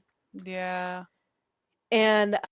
But she says it will work because they share blood. So it's not like a blanket thing that anyone that wants to like summon her can summon her. It's specifically those that share blood. So even more so important for Poppy. Ezra and Marisol agree to send the news about the oncoming war and possible side effects felt throughout the mortal realm to other kingdoms to give them a warning. Ezra picks up on Nectus and asks if he's a Draken, and he confirms he's the first Draken. As Sera makes to leave, Ezra has more questions, so Sera promises to return and answer them, and they have a very cute, like, sisterly goodbye moment. Then Sera's mother opens her mouth and says she wants to talk to her in private. And the way I would roll my eyes and be like, no, fuck off. But Sera agrees, and she proceeds to apologize for the way that she has treated Sera, admitting she wasn't a mother to her at all, and wishes that she had spent time with her. And, like, I get it. This entire conversation infuriates me. It did nothing for me. Because Yeah. as far as, like, it did not achieve, I still didn't feel any empathy at all. Right. I thought that Yeah. I would when I saw where this conversation was going, but I don't know. I just was like, absolutely not. Yeah, because Like, after oh, all of that, I'm like, yeah, I bet you do wish you had spent time with me. And you didn't, actually. You treated me like shit, so goodbye. it's not, it's not until Sera is like primal of life and like, oh, she's doing really well and oh, the rot is clearing. Now, is it questionable that the influence of the rot, influenced individuals as well? Because we know that the primals' attitudes and personalities were shifted when Kolis took over, right? Because he was Right. ruling in vengeance. So it's like, is that a possible whatever? No, I'm not going to buy onto that. I'm just going to say this. Yeah, I'm right there with you. Infuriated me. Yeah, no. I mean, it's definitely part of the lore that, Yeah. People that lived in those primals courts would start to have those effects and all of that. But yeah, no, with this bullshit, it is purely like, too bad, so sad. I'm like, oh, now that I'm all powerful, you feel the need Exactly. to apologize? Yeah. Sera is much more open to this than I ever would be.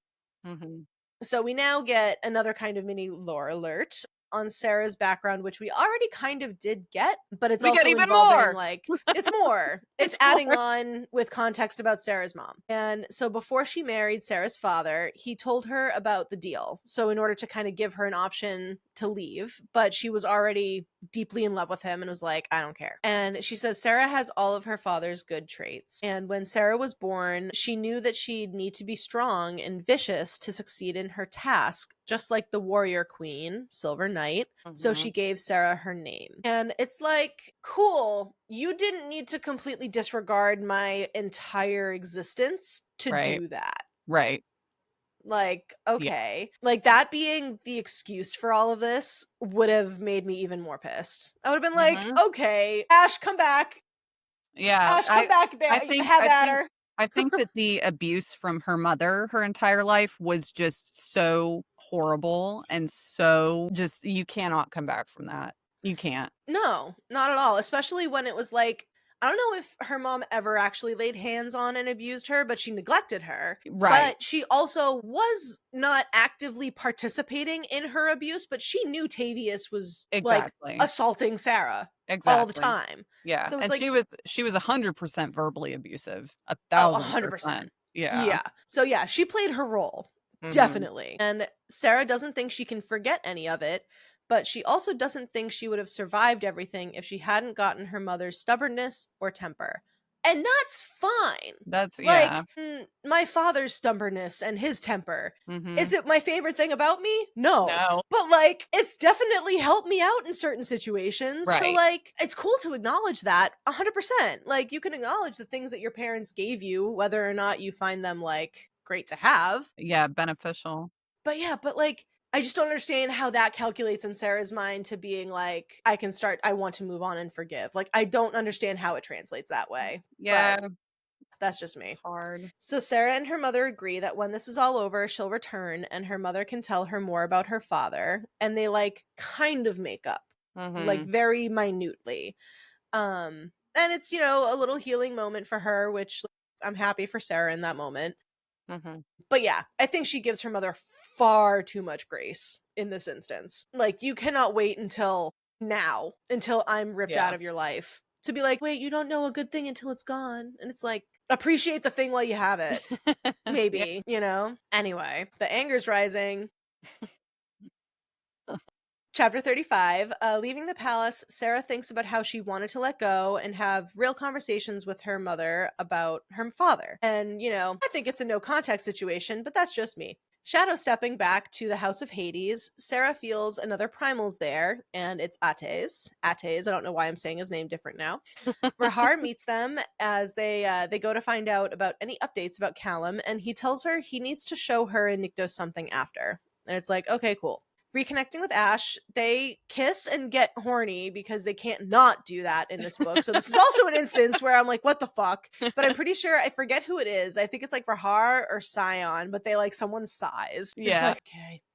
It's like, fucking get your tongue out of each other's mouths. Jesus. So Callum is awake, but only after recovering from Ash decapitating him, and they watched his head reattach itself. And this sounds disgusting. They literally say, like, we watched his head crawl its way back onto his so neck. disturbing.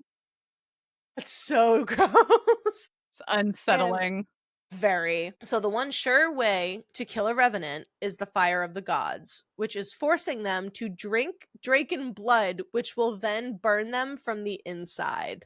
Oh my Hell god. Yeah. Hell yeah. Jesus. And Nexus is like, I'll open up a vein. You want some? Anything to get rid of this fucking guy. You know, one time when we were visiting our friends, I did the one chip challenge. And I think that is equivalent to probably what I would feel like. What is that? I don't know what that is. The one chip challenge. Yeah. It's a chip that is coated in like ghost pepper seasoning, California or Carolina Reaper seasoning. It's literally just coated in annihilated. It's so bad. And when you chew it, at first it's not terrible, but then when you go to swallow, it immediately like latches onto the back of your throat. And it was me and my friend's husband. We both, because we're both like adrenaline junkies. We're like, yeah, it's not gonna be that bad. It's fine. Let's go. Yeah. It was horrible. I remember we held eye contact as we were eating it, and at about the same time that we swallowed it, we broke away and we're running for like milk, sugar, bread, whatever. Oh it my God. was horrible for 3 days. Yikes. After my insides were just like on fire. So I think that is equivalent to Draken fire. Sounds about right, honestly. And they would need a way, though. So it's like, yeah, sure, we can use it in this instance for Callum, but there's a lot of other revenants out there, and they need a way of transporting the Draken blood because normal glass won't work. It will burn through it and like explode. So, but they mentioned this basalt, which is like a slag rock located in the Undying Hills, that can hold it, I guess. Basalt. So Ates is going to go to retrieve some. This man, Ates is doing the fucking work in this book, man. He is carrying... He's carrying this shit. And unfortunately, though, they do need to free Callum soon because holding him is a violation of the Irene. And Sera brings a wet cloth to wipe the painted mask off his face, and then that's when they see something. He looks like Sera. And he also looks very young, like no more than 20 years old. And Ates says he really looks like Sotoria. And it's like, big surprise, they are siblings. Right. So having Sotoria's soul placed in like Sera's bloodline, the Mirel bloodline, for so long would make sense that some of like Sotoria's features would kind of bleed out and influence the way her family members looked over time. Like her father had the kind of blondish hair, or not blondish, sorry, the red kind of toned hair that Sotoria did. Things like that, similar to like how Sera has certain features. So either that, or they are legitimately actually the same bloodline. So which would mean that Sera and Callum are like distant cousins. Ew. And someone mentions that if the Videntia doesn't confirm it, then only the Fates can. Obviously, because why give an answer to a simple question like that? Right. Why? They wake Callum up with a bucket of cold water to the face, as he deserves, and Sera asks why he wasn't Wayfair. He says, well, I'm from Carcedonia. I visit whenever I can. And she's like, yeah, no shit, I know that. What's your real reason? And he says that he enjoys spending time with her mother. It's like, Okay. side eye. And he kind of describes that like he enjoys her company because they can like sit in silence. He essentially they can like parallel play.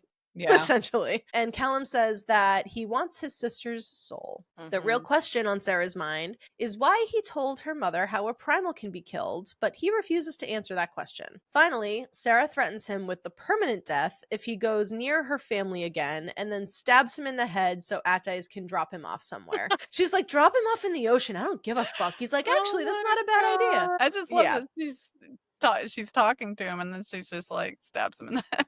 Straight through the forehead. I love it's just like, oh, we gotta knock him out. Well, if we're gonna knock him out, might as well just stab. Yeah. Later, so we cut to later, and Sera is waking up in bed, sensing that something is wrong. Ash wakes up next to her, but he can't feel anything, but soon enough he does, and it's the Abyss. Chapter 36. They're not sure of what the problem is, but something is definitely wrong, and like there's possible unrest in the Abyss. Yeah. Sera offers to come help, but Ash says it's not necessary, he can handle it, and also every soul in the Abyss would be drawn to her as the primal of life, possibly causing even more problems. So it's like you're better off here. Yeah, just a giant moth to a flame. Yeah, pretty much. And Ash leaves Sera, but she can still feel like something's wrong, but it's not in the Abyss. It's there in the Shadowlands. So, going out to the balcony, Sera sees dark forms with wings in the sky, and it's the Sekya. And one swoops down and kills a guard, and Sera sees his soul leave his body to go to the pillars. So that's something we haven't seen before. She also notes that the Sekya are normally not allowed to leave the Abyss. So what the fuck are they doing here? The fight ensues, and then Kars and Bella join in, and Bella, of course, has her fucking bow and arrows made of primal essence, and I will never be over it. I love it. We need fan art of that so bad. Oh my god, it would be so cool. And they take down one after another, but the Sekya keep getting back up. And Rain arrives and shouts to destroy their heads to kill them. And like there's a quick like moment where they're just like, great, thanks for fucking telling us. And he's like, I only just got here, okay? Like I told you as soon as I got here.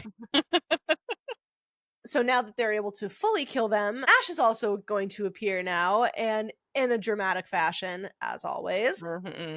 He like comes out tendrils first, and then his wings are out, and it's so hot. And it is hot.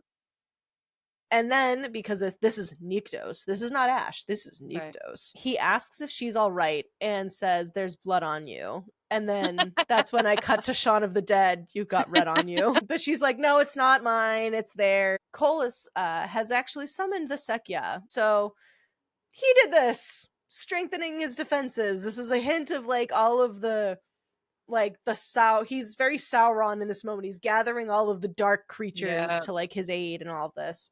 Chapter 37. The reason Sera couldn't kill the Sekya with ether is because only the primal of death can. And the essence draws her into the palace and down the hallways and pulls her to a chamber with a guard on the floor and in pain. And this is the guard Iridessa, and I love that name. Oh, I forgot. I totally fucking forgot to introduce her at the beginning of the book. Or at the beginning. Oh, did we not know her? No, we do. We met her back in like, I think at the beginning of this week. Well, Iridessa's a guard. And we met her briefly in the beginning of this episode, but we didn't say that we did. But yeah, so she's here, but she's not in good shape, and the healer Kai is at her side. And then Sera uses the ether to heal her and goes back to kind of the hall where all of the injured are. And she's going around healing everyone that she can. After they leave, Ash shadow steps them back to their bedroom. To do what else? He's on her in an instant and starts undressing her because, like, yeah. Then he tells her that when he appeared in battle, she was shining gold and silver, and he wanted to be inside her. Shocker. Jesus. You don't say. He fucks her on the table, and it was pretty hot. Mm-hmm. But also, though, he does this thing, and I don't quite Mm-hmm. understand if I don't believe they're face to face, but he had her bent over the table, right? Yeah. Standard positioning. She talks about him lifting her up, and she's no longer on her feet touching the ground, Yeah. but he's still pounding into her. So I'm like, is the bro just holding you up and fucking you while you're just hovering there? Are you levitating while you're getting railed? She is not levitating. Is He is clearly described as holding her up. But I'm like, so you're just literally What? like, that is such a wild position. And like, it took me out of it completely. Yeah. I'm like, that does not seem like it would be pleasurable, I don't honestly. know. I don't know whose limb is where. I can't keep up. Yeah, it's a lot of movement and gravity to accommodate for. Yeah, like, are you guys at like a 90-degree angle? Like, what? Right. That's what I mean. Like it was like him and her, right? But Yeah. then or her and him and then her Yeah. and he's fucking this way. And then and he's fucking this way. And then it sounded like he was like holding her upright off her feet and fucking her this way or pulling her down onto him this way. I don't know. That's how I envisioned it. I hope y'all enjoyed that really crude reenactment. So afterwards, they're in bed and he's like holding her, and Sera experiences a PTSD flashback and she's back in the cage. And she like is repeating to herself, like, stop this right now. I'm not there. Don't be ridiculous. Like, stop thinking about it. Don't do it. And then when she comes out of it, her nightgown is pulled back up and Ash is actually holding onto her on the couch, and she smells like stale lilacs. And And it's like, she does mention in that section of like losing time, like not real. It's almost like she like blacked out. She didn't right. understand. Yeah. Yeah, she had no idea how long she was like in her head like that, pretty much. Yeah. And then it's chapter 38, and we'll throw up a lot of these chapters pretty much from now on are going to have like Some likely type of have mentions of some kind of essay rehashing of what Kolis was doing to her. And so she jumps up from the couch and says that she's fine while clearly not being fine. And she continues to refuse to talk to Ash about what she's feeling and what she's struggling with. But Ash presses, and then that causes Sera to lash out, and he continues telling her that he knows what she went through. He was told about it. And that was exactly what we were all worried about, is that he would Right. find out from some other party and it wouldn't be the exact truth, because the only person who can tell him exactly what happened is It's Sera. her. So Sera does run him through what she went through, but says nothing really happened to her, though. Like, so she kind of tells him briefly about what goes on. So she does eventually like open up a little bit. And then but she says that she saved herself before it was, quote, too late. Ash knows Kolis fed from her. He's like, I know that much. And at the mention of it, her ether starts to tremble around them, and the angrier she grows, the more energy she sends out. So things are like shaking now. And he said, or she says, that God's damn shame I knew. I fucking knew. Well, she thinks this. Shouldn't be mine, but still was. Because that fucking voice in the back of my head whispered that I should have been smarter when I dealt with Kolis. I should have prepared myself better. I should have been stronger. If I had, I could have handled Kolis better. I would have realized that the star was above me the whole time. I would have freed Ash sooner. If I had been stronger, he never would have felt my desperation and torn at his flesh to get to me. If I was stronger, there wouldn't still be a piece of me locked in that cage. And just the fucking should've, could've, would've's, like, Yeah. fuck if that isn't relatable as hell. Well, and that's like this week in my sociology class, we literally just covered shame, like shame's role in trauma. And it really is the cornerstone pretty much of your mental health. Like that. Yeah. Oh my God. I could go on a whole tangent. Reading that broke my heart all over again. Yep. And Sarah's now in a full-blown panic attack, and she feels a primal ancient power inside her starting to expand and wanting to be let loose. Something is changing inside of her, and then her jaw, the way this is I know. Her jaw stretched and expanded, and her knees are cracking. She is physically Oh, changing. And, like, I'm not going to go into details of how this is described, but it sounds painful and it does. awful and ugh. So, back bowing, she shifts and falls onto her paws, and she purrs because she has shifted into a cave cat, finally! Yeah! So, without a second thought, she runs and leaps from the balcony and out, and as she's, like, running out, she hears, like, a voice booming from behind her to open the gates. And so and she runs out into the woods. She hears a larger thing running after her, and so she bolts, taking in all of the sights and the smells. She's just running and running and running and running. She finally stops, and it's a wolf that's been following behind her, and she knows that he'd been tracking her. So we know that's Nyktos. He'd been watching over her. He's not chasing her down. He's not trying to stop her. He's just merely watching over her. And goddamn, fucking love it. I do too. Then the wolf shifts into a man who smells familiar, and Ash helps her will herself back into her human form, and Shadow steps them back to bed. So he drapes an arm around her waist, and Sera briefly panics again, but shuts it down. Ash picks up on it, and she says she doesn't want to talk about it. It's just like, we were getting somewhere! I know. But Ash respects her choice, and he says, I would give anything to be able to go back and take your place. Fucking anything. But I can't. All I can do is tell you that nothing, absolutely nothing, has changed between us. No matter what happened, it hasn't changed how I see you. You're still the same brave, strong Seraphina I saw that night in the Shadow Temple. It hasn't changed how I feel about you. Nothing can, nothing ever will. It is It's so so sweet. sweet. And I have my own thoughts on, like, certain verbiage of all of that, but we'll kind of get to it when we get a little bit further into this Yeah. as we get there. So chapter 39, we kind of get more assault mentions here. Cutting to later.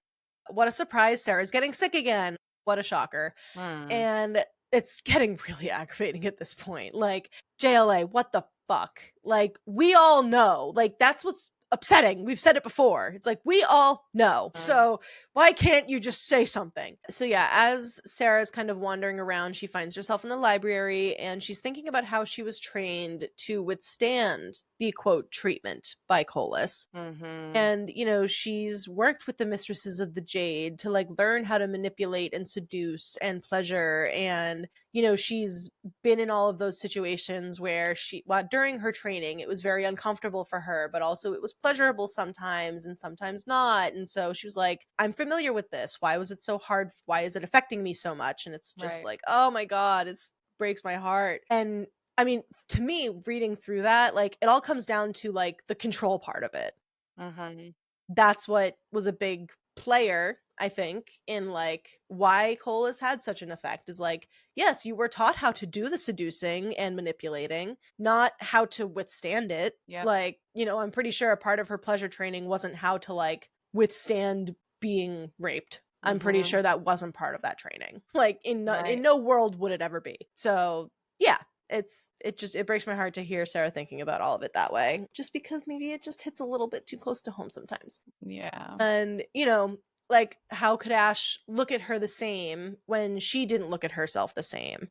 And that's also kind of where I'm not against Ash saying what he did in that moment, as far as being like, nothing has changed between us, you're still the same Sarah I fell in love with, and blah blah blah. I understand where he's coming from. However, it's like, after all of that, you're not the same person. Right, you're you not. do change. It's like, you can still love her the same amount, 100%, as you should, but it's, you know, she's not the same person. Your relationship is not the same, but that's something that you talk through with healthy communication, which they're not having. So, and that's why things like that get said and lead her down these thought patterns, and it's just all one circle of just, oh God, please just come together and talk to each other. So yeah, like, Sarah is slowly coming to terms with the fact that what she went through was still assault, and things had happened to her. Like, no penetration does not mean that she was not taken advantage of sexually. Like, we know what she went through. We know that Kolis used her body to get off. Yep. That's assault. Like, that is assault. blanket. No ifs, ands, or buts. Also remember, even though she didn't say it, or she wasn't able to say it, but no is a complete sentence. Too.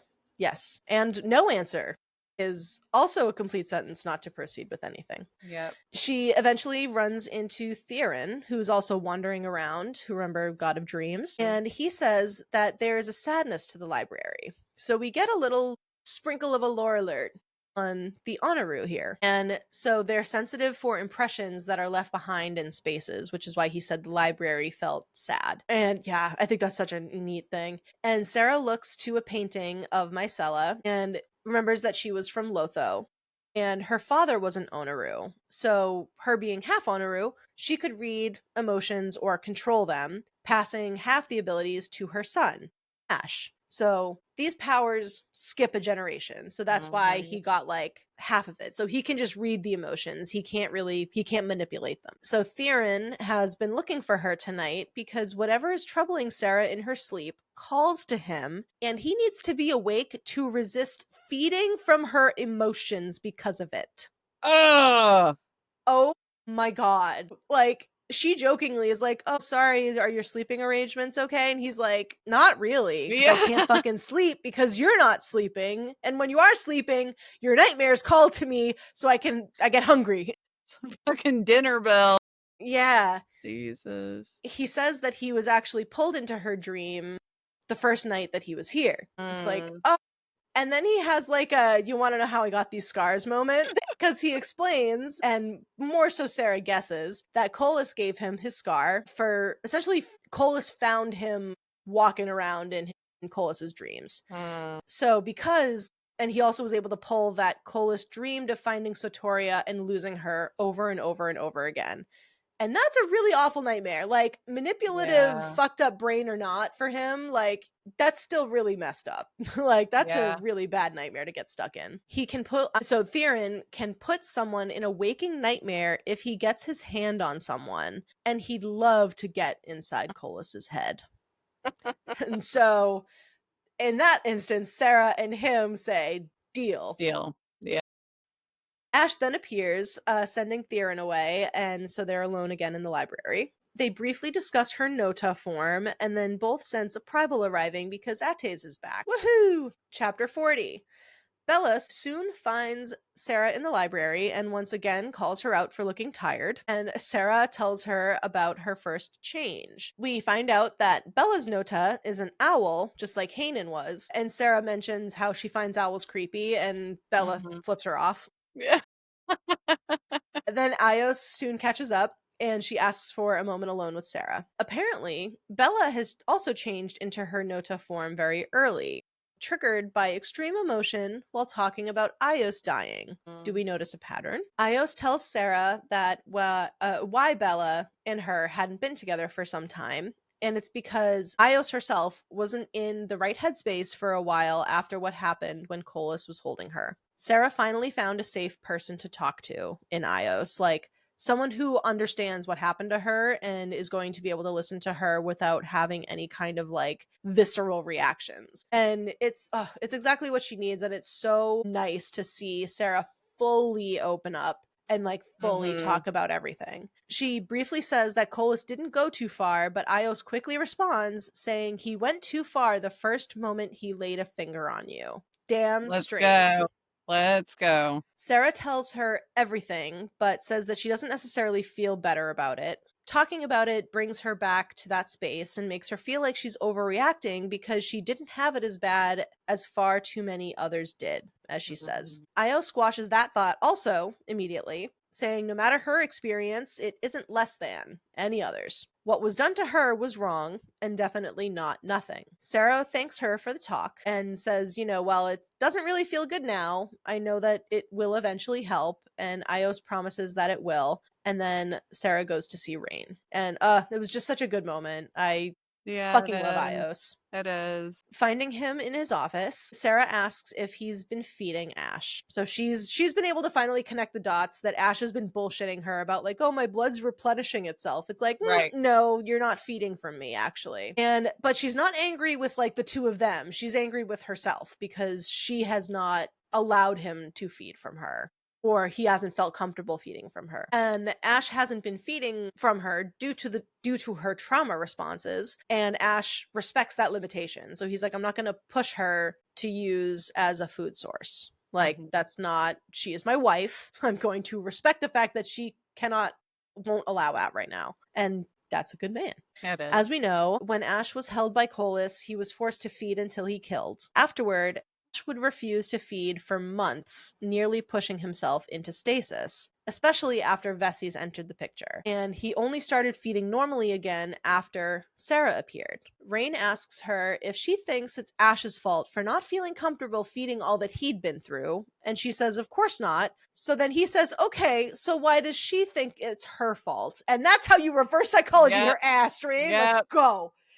Damn right.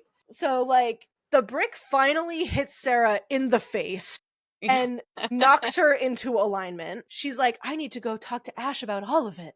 I need to tell him everything. And it's like, God, we finally made it. Dear Jesus, after 40 fucking chapters. We've been crawling.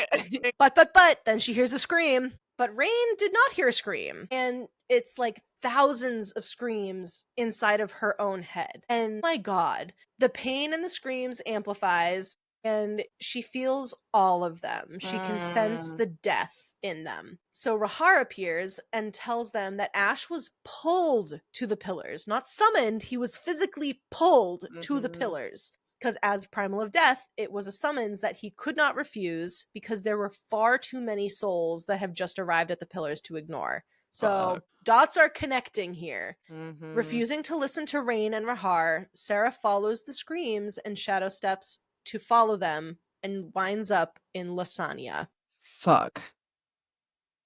No. Chapter 41. The first sentence of this chapter is death was everywhere.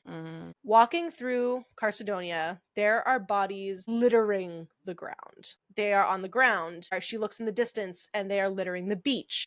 They're hanging out of broken windows. Like, it's just a scattering of bodies. Then she arrives to Wayfair, and there's bodies that are impaled along the walls. There's all of the guards, servants, maids, etc. that she knew, including Lady Kala. Next to Lady Kala is the body of Sera's mother. Then red tears begin to fall from Sera's eyes, then the sky. Then she sees Ezra, and beside her, her wife Marisol. Everyone at Wayfair is dead. And those were the screams that she heard. Sera sees shadows move in the corners of her eyes and notices that it's the Cimmerians. I told you it was going to cheer you up. Her grief and pain growing, the air charges and a bolt of lightning strikes from the sky. And she remembers what Callum had said, that he wanted to visit her mother one last time. So this fucker knew. And this is where insert the meme of the woman pointing at the fucking cat, just sitting there like, because that's us with Callum. You're just like, you fucking, yeah. And he's just sitting there just like, because yeah, I told you you'd cheer up. Oh my God. I told you. The photo references in the last few chapters of this book, they go hard. So one of the Cimmerians says, Kolis has come to a decision regarding the deal you offered. You now have his answer. But it's actually not one of the Cimmerians. It's fucking Kin. Sera's grief turns to fury, and electricity runs down her fingers. Kin continues running his mouth, and Kolis didn't want to wait until the end of the arena because he was just getting impatient, and Empress is also with him there. So we got two fucking primals come to play. He says, what did you think would happen? That he would accept your deal? That you would somehow win? You cannot win against death. He is inevitable. And that's when I cue fucking Thanos. So now Kolis is a bald nutsack chin motherfucker looking like Thanos, okay? He's no longer hot. He's a big purple monster. So it's a really cool description as Sera goes supersonic. So it's an era of silver and gold pulsed as a shockwave of ruinous wrath erupted from me. The ground began to tremble. Fissures erupted in the battlements. Dust clouds rose from streets and homes, and roofs stomped and roofs peeled back, shattering in the wind. Then walls collapsed. Flashes of vibrant orange, yellow, and brilliant flickering red flames funneled into the sky above the capital. The earth beneath my feet cracked as I took a step forward. And this is insert why we're laughing here. Because this is how I visualize Sera whenever it says I stuck my hand out and I used the ether. She's just 11ing. You know what's so funny? What's so funny? This is exactly what I fucking pictured Poppy doing when she was walking through the streets when Castile was fucking taken. The immediate goat. Stranger Things ruined it for all of us. All of us. All of us. Because it couldn't be. It would be like another thing if it was like a Scarlet Witch kind of like where she's twirling it in her hands and then like shooting it out like this and all that. But no, it's specifically that I raised my arm out and I summoned the ether. I'm like, so you're 11ing. Okay. But yeah, so chef's kiss, Megan. Thank you. As soon as I was scrolling down and I saw just the top of her head with the fingers, I was like, oh God, I know fucking exactly where this. So in case you haven't guessed, we've started putting in our photo references within the script. So yeah, so Kin runs like the little bitch boy he is.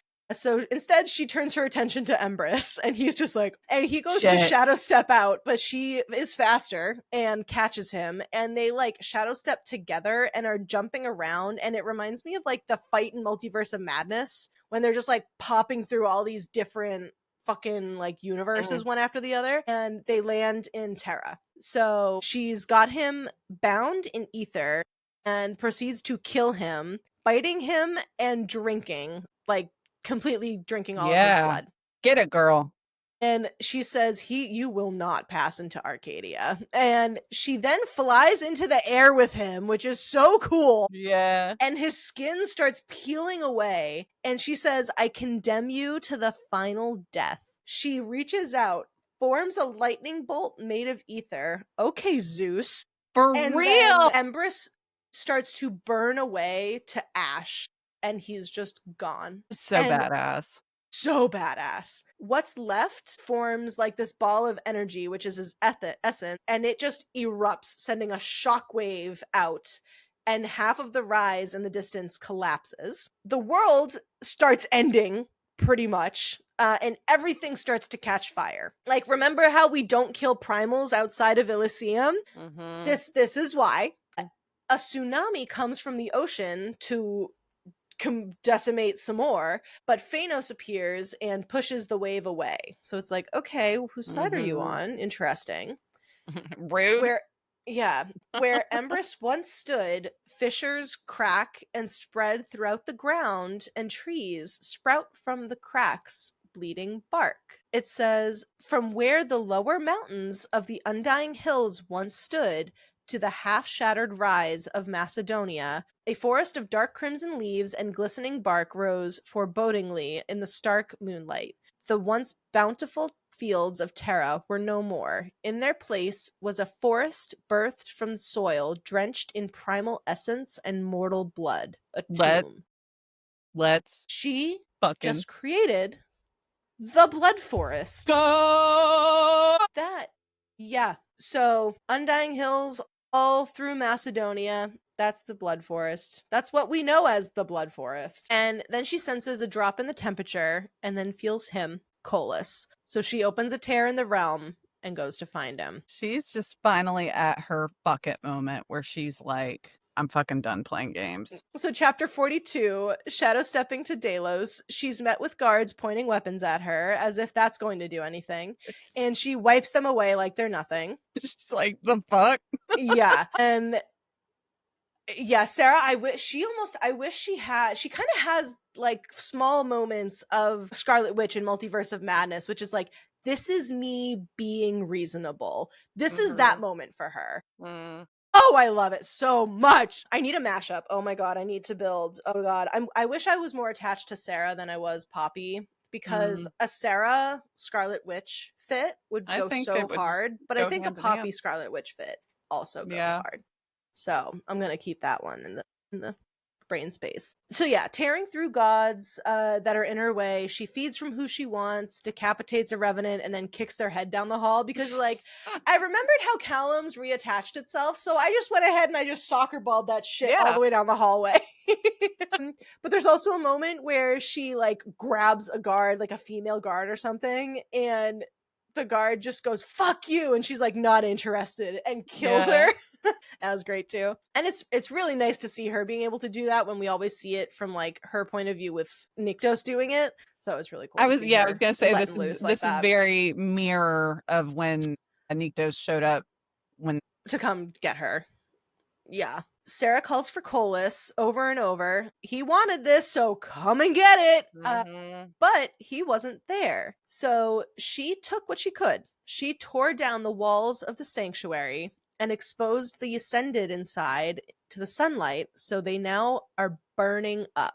And in that moment, we kind of take pause and are like, Sera, you don't know that they chose to be ascended, my girlie. Remember that? And she does get a peek of that one guy, Jove, who we know from previous episodes, that he's there. She knows he didn't choose it, and she witnesses him dying. And then coming across the Chosen, she's like, go, you're free. I'm here to save you. And they're terrified of her. And it's just like, yeah, girl, what the fuck? Covered Optics. in blood looking fucking girl. I'm here Yeah. to save you. Sera needs a PR manager. Goddamn. The optics on this are terrible. But that was Kolis' plan. He wanted to trigger her, make Sera mad enough to come rain fury down on all of them and paint her and prove to be the vengeful primal of life that he was saying that she was. Yep. So here we are. Sera apologizes and thinks she needs to find a way to fix it, so she returns to Terra.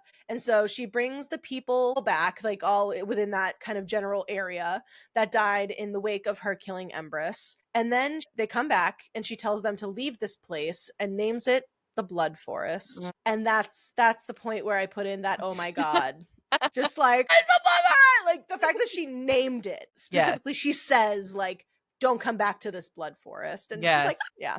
Turning her sights towards Wayfair, then Holland appears, and he merely says, what have you done? And she's like, me? Kolis just create a whole ass mass casualty event. Excuse? Right. Like, of course she's the one in trouble, right? Mind you, this is the first time Holland finally fucking shows up. Also true. Yeah. But she killed a primal and also killed nearly as many, he tells her. Says that she can't bring them all back. Just because she can doesn't mean she should. And I'm like, Ian Malcolm from Jurassic Park, is that you? Your scientist didn't think about whether or not they should. They were only focused on what if they could. She continues to fight him, saying that she needs to bring them back, but he's like, I'm not going to let you do that.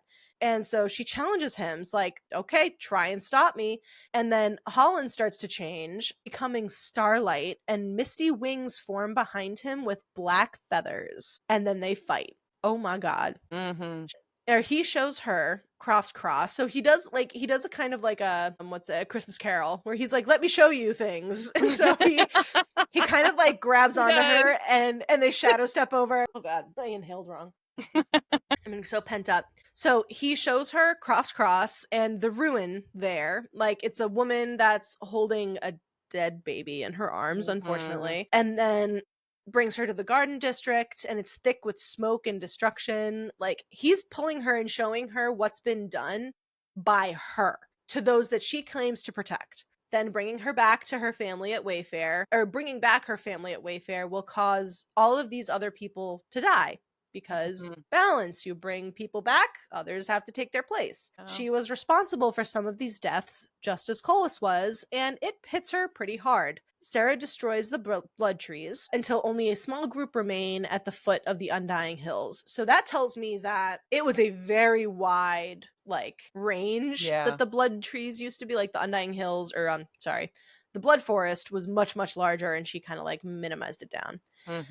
Then Sera falls to her knees and screams and cries, causing the blood rain to return until she's just a shell. Then she hears someone calling her name and like shaking her, and she kind of starts to come to and sees that it's Ates. He's come to get her because Lotho needs a primal, like right now. Empress's essence is going to be circling back soon and will cause astronomical more damage if someone's not ascended to consume them, pretty much. So with that, they shadow step to Mount Lotho, and we're going to stop before our final episode. That is where we leave you. That is where we leave you. That is, because there's really no other better place to do so. Yeah, because it's all just okay. Did you ever play Donkey Kong Country? No, I did Okay, not. there is. I will send you a clip of it later. There's this.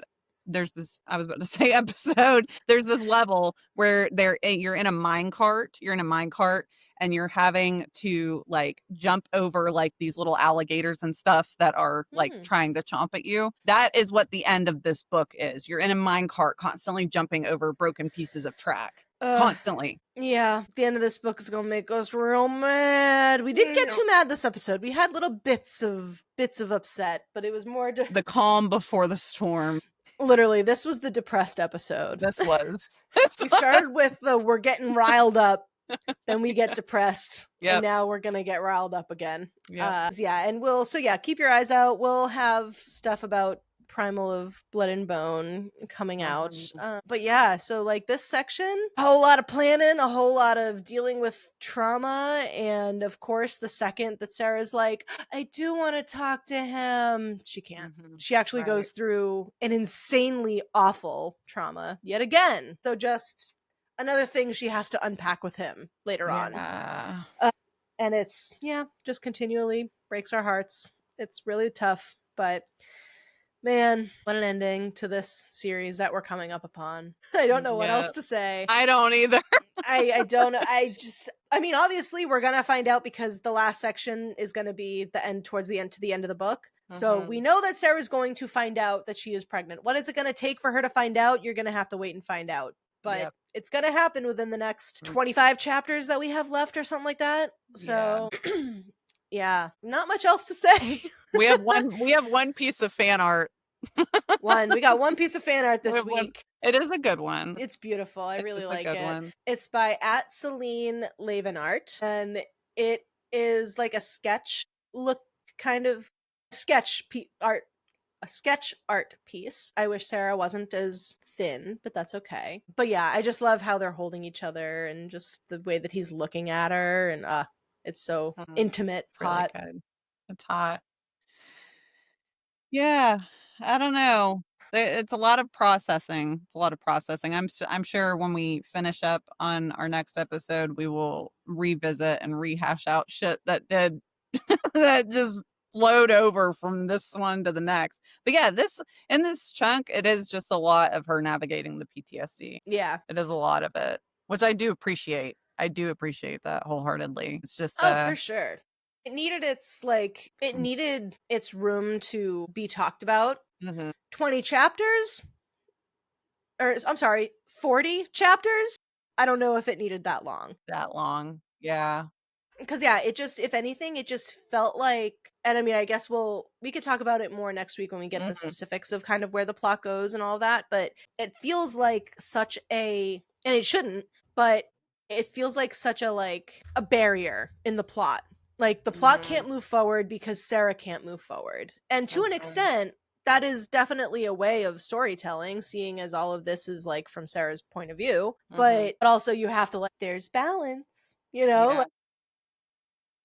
having it go on for this long, especially where this is the last book. If we still had another book after this, I would say sure. Right. But where we know this is the last bit and we know everything that has to be squished, like we know Sarah is pregnant with twins. We know this. How are we going to defeat Kolis, get her through the rest of this pregnancy, have the children, tell the story of them growing up? How are Sera and Nyktos going into stasis? Why are they like that? All of those questions, like how is it getting compiled into here? Yeah. We already know, and that's a part of why we don't like this book. But you're going to find out next week if you haven't read it yet. So yeah, if you're just listening along, you'll find out how that's handled, which I'll go into more when we get to that point. But yeah, only time will tell. That's it. That's it. You're still here. Go get out. What are you doing here, No, thank you all very much for hanging in there. I know it was a bit we had our downer moments throughout here, but I hope you still enjoyed it nonetheless, or we do. We hope, take care of yourselves, everybody. Take care of yourselves. Keep your hands to yourselves. Love one another. And hydrate. Yeah, definitely hydrate. I was hacking too much. All right. So thank you again for tuning in, and we'll see you next time.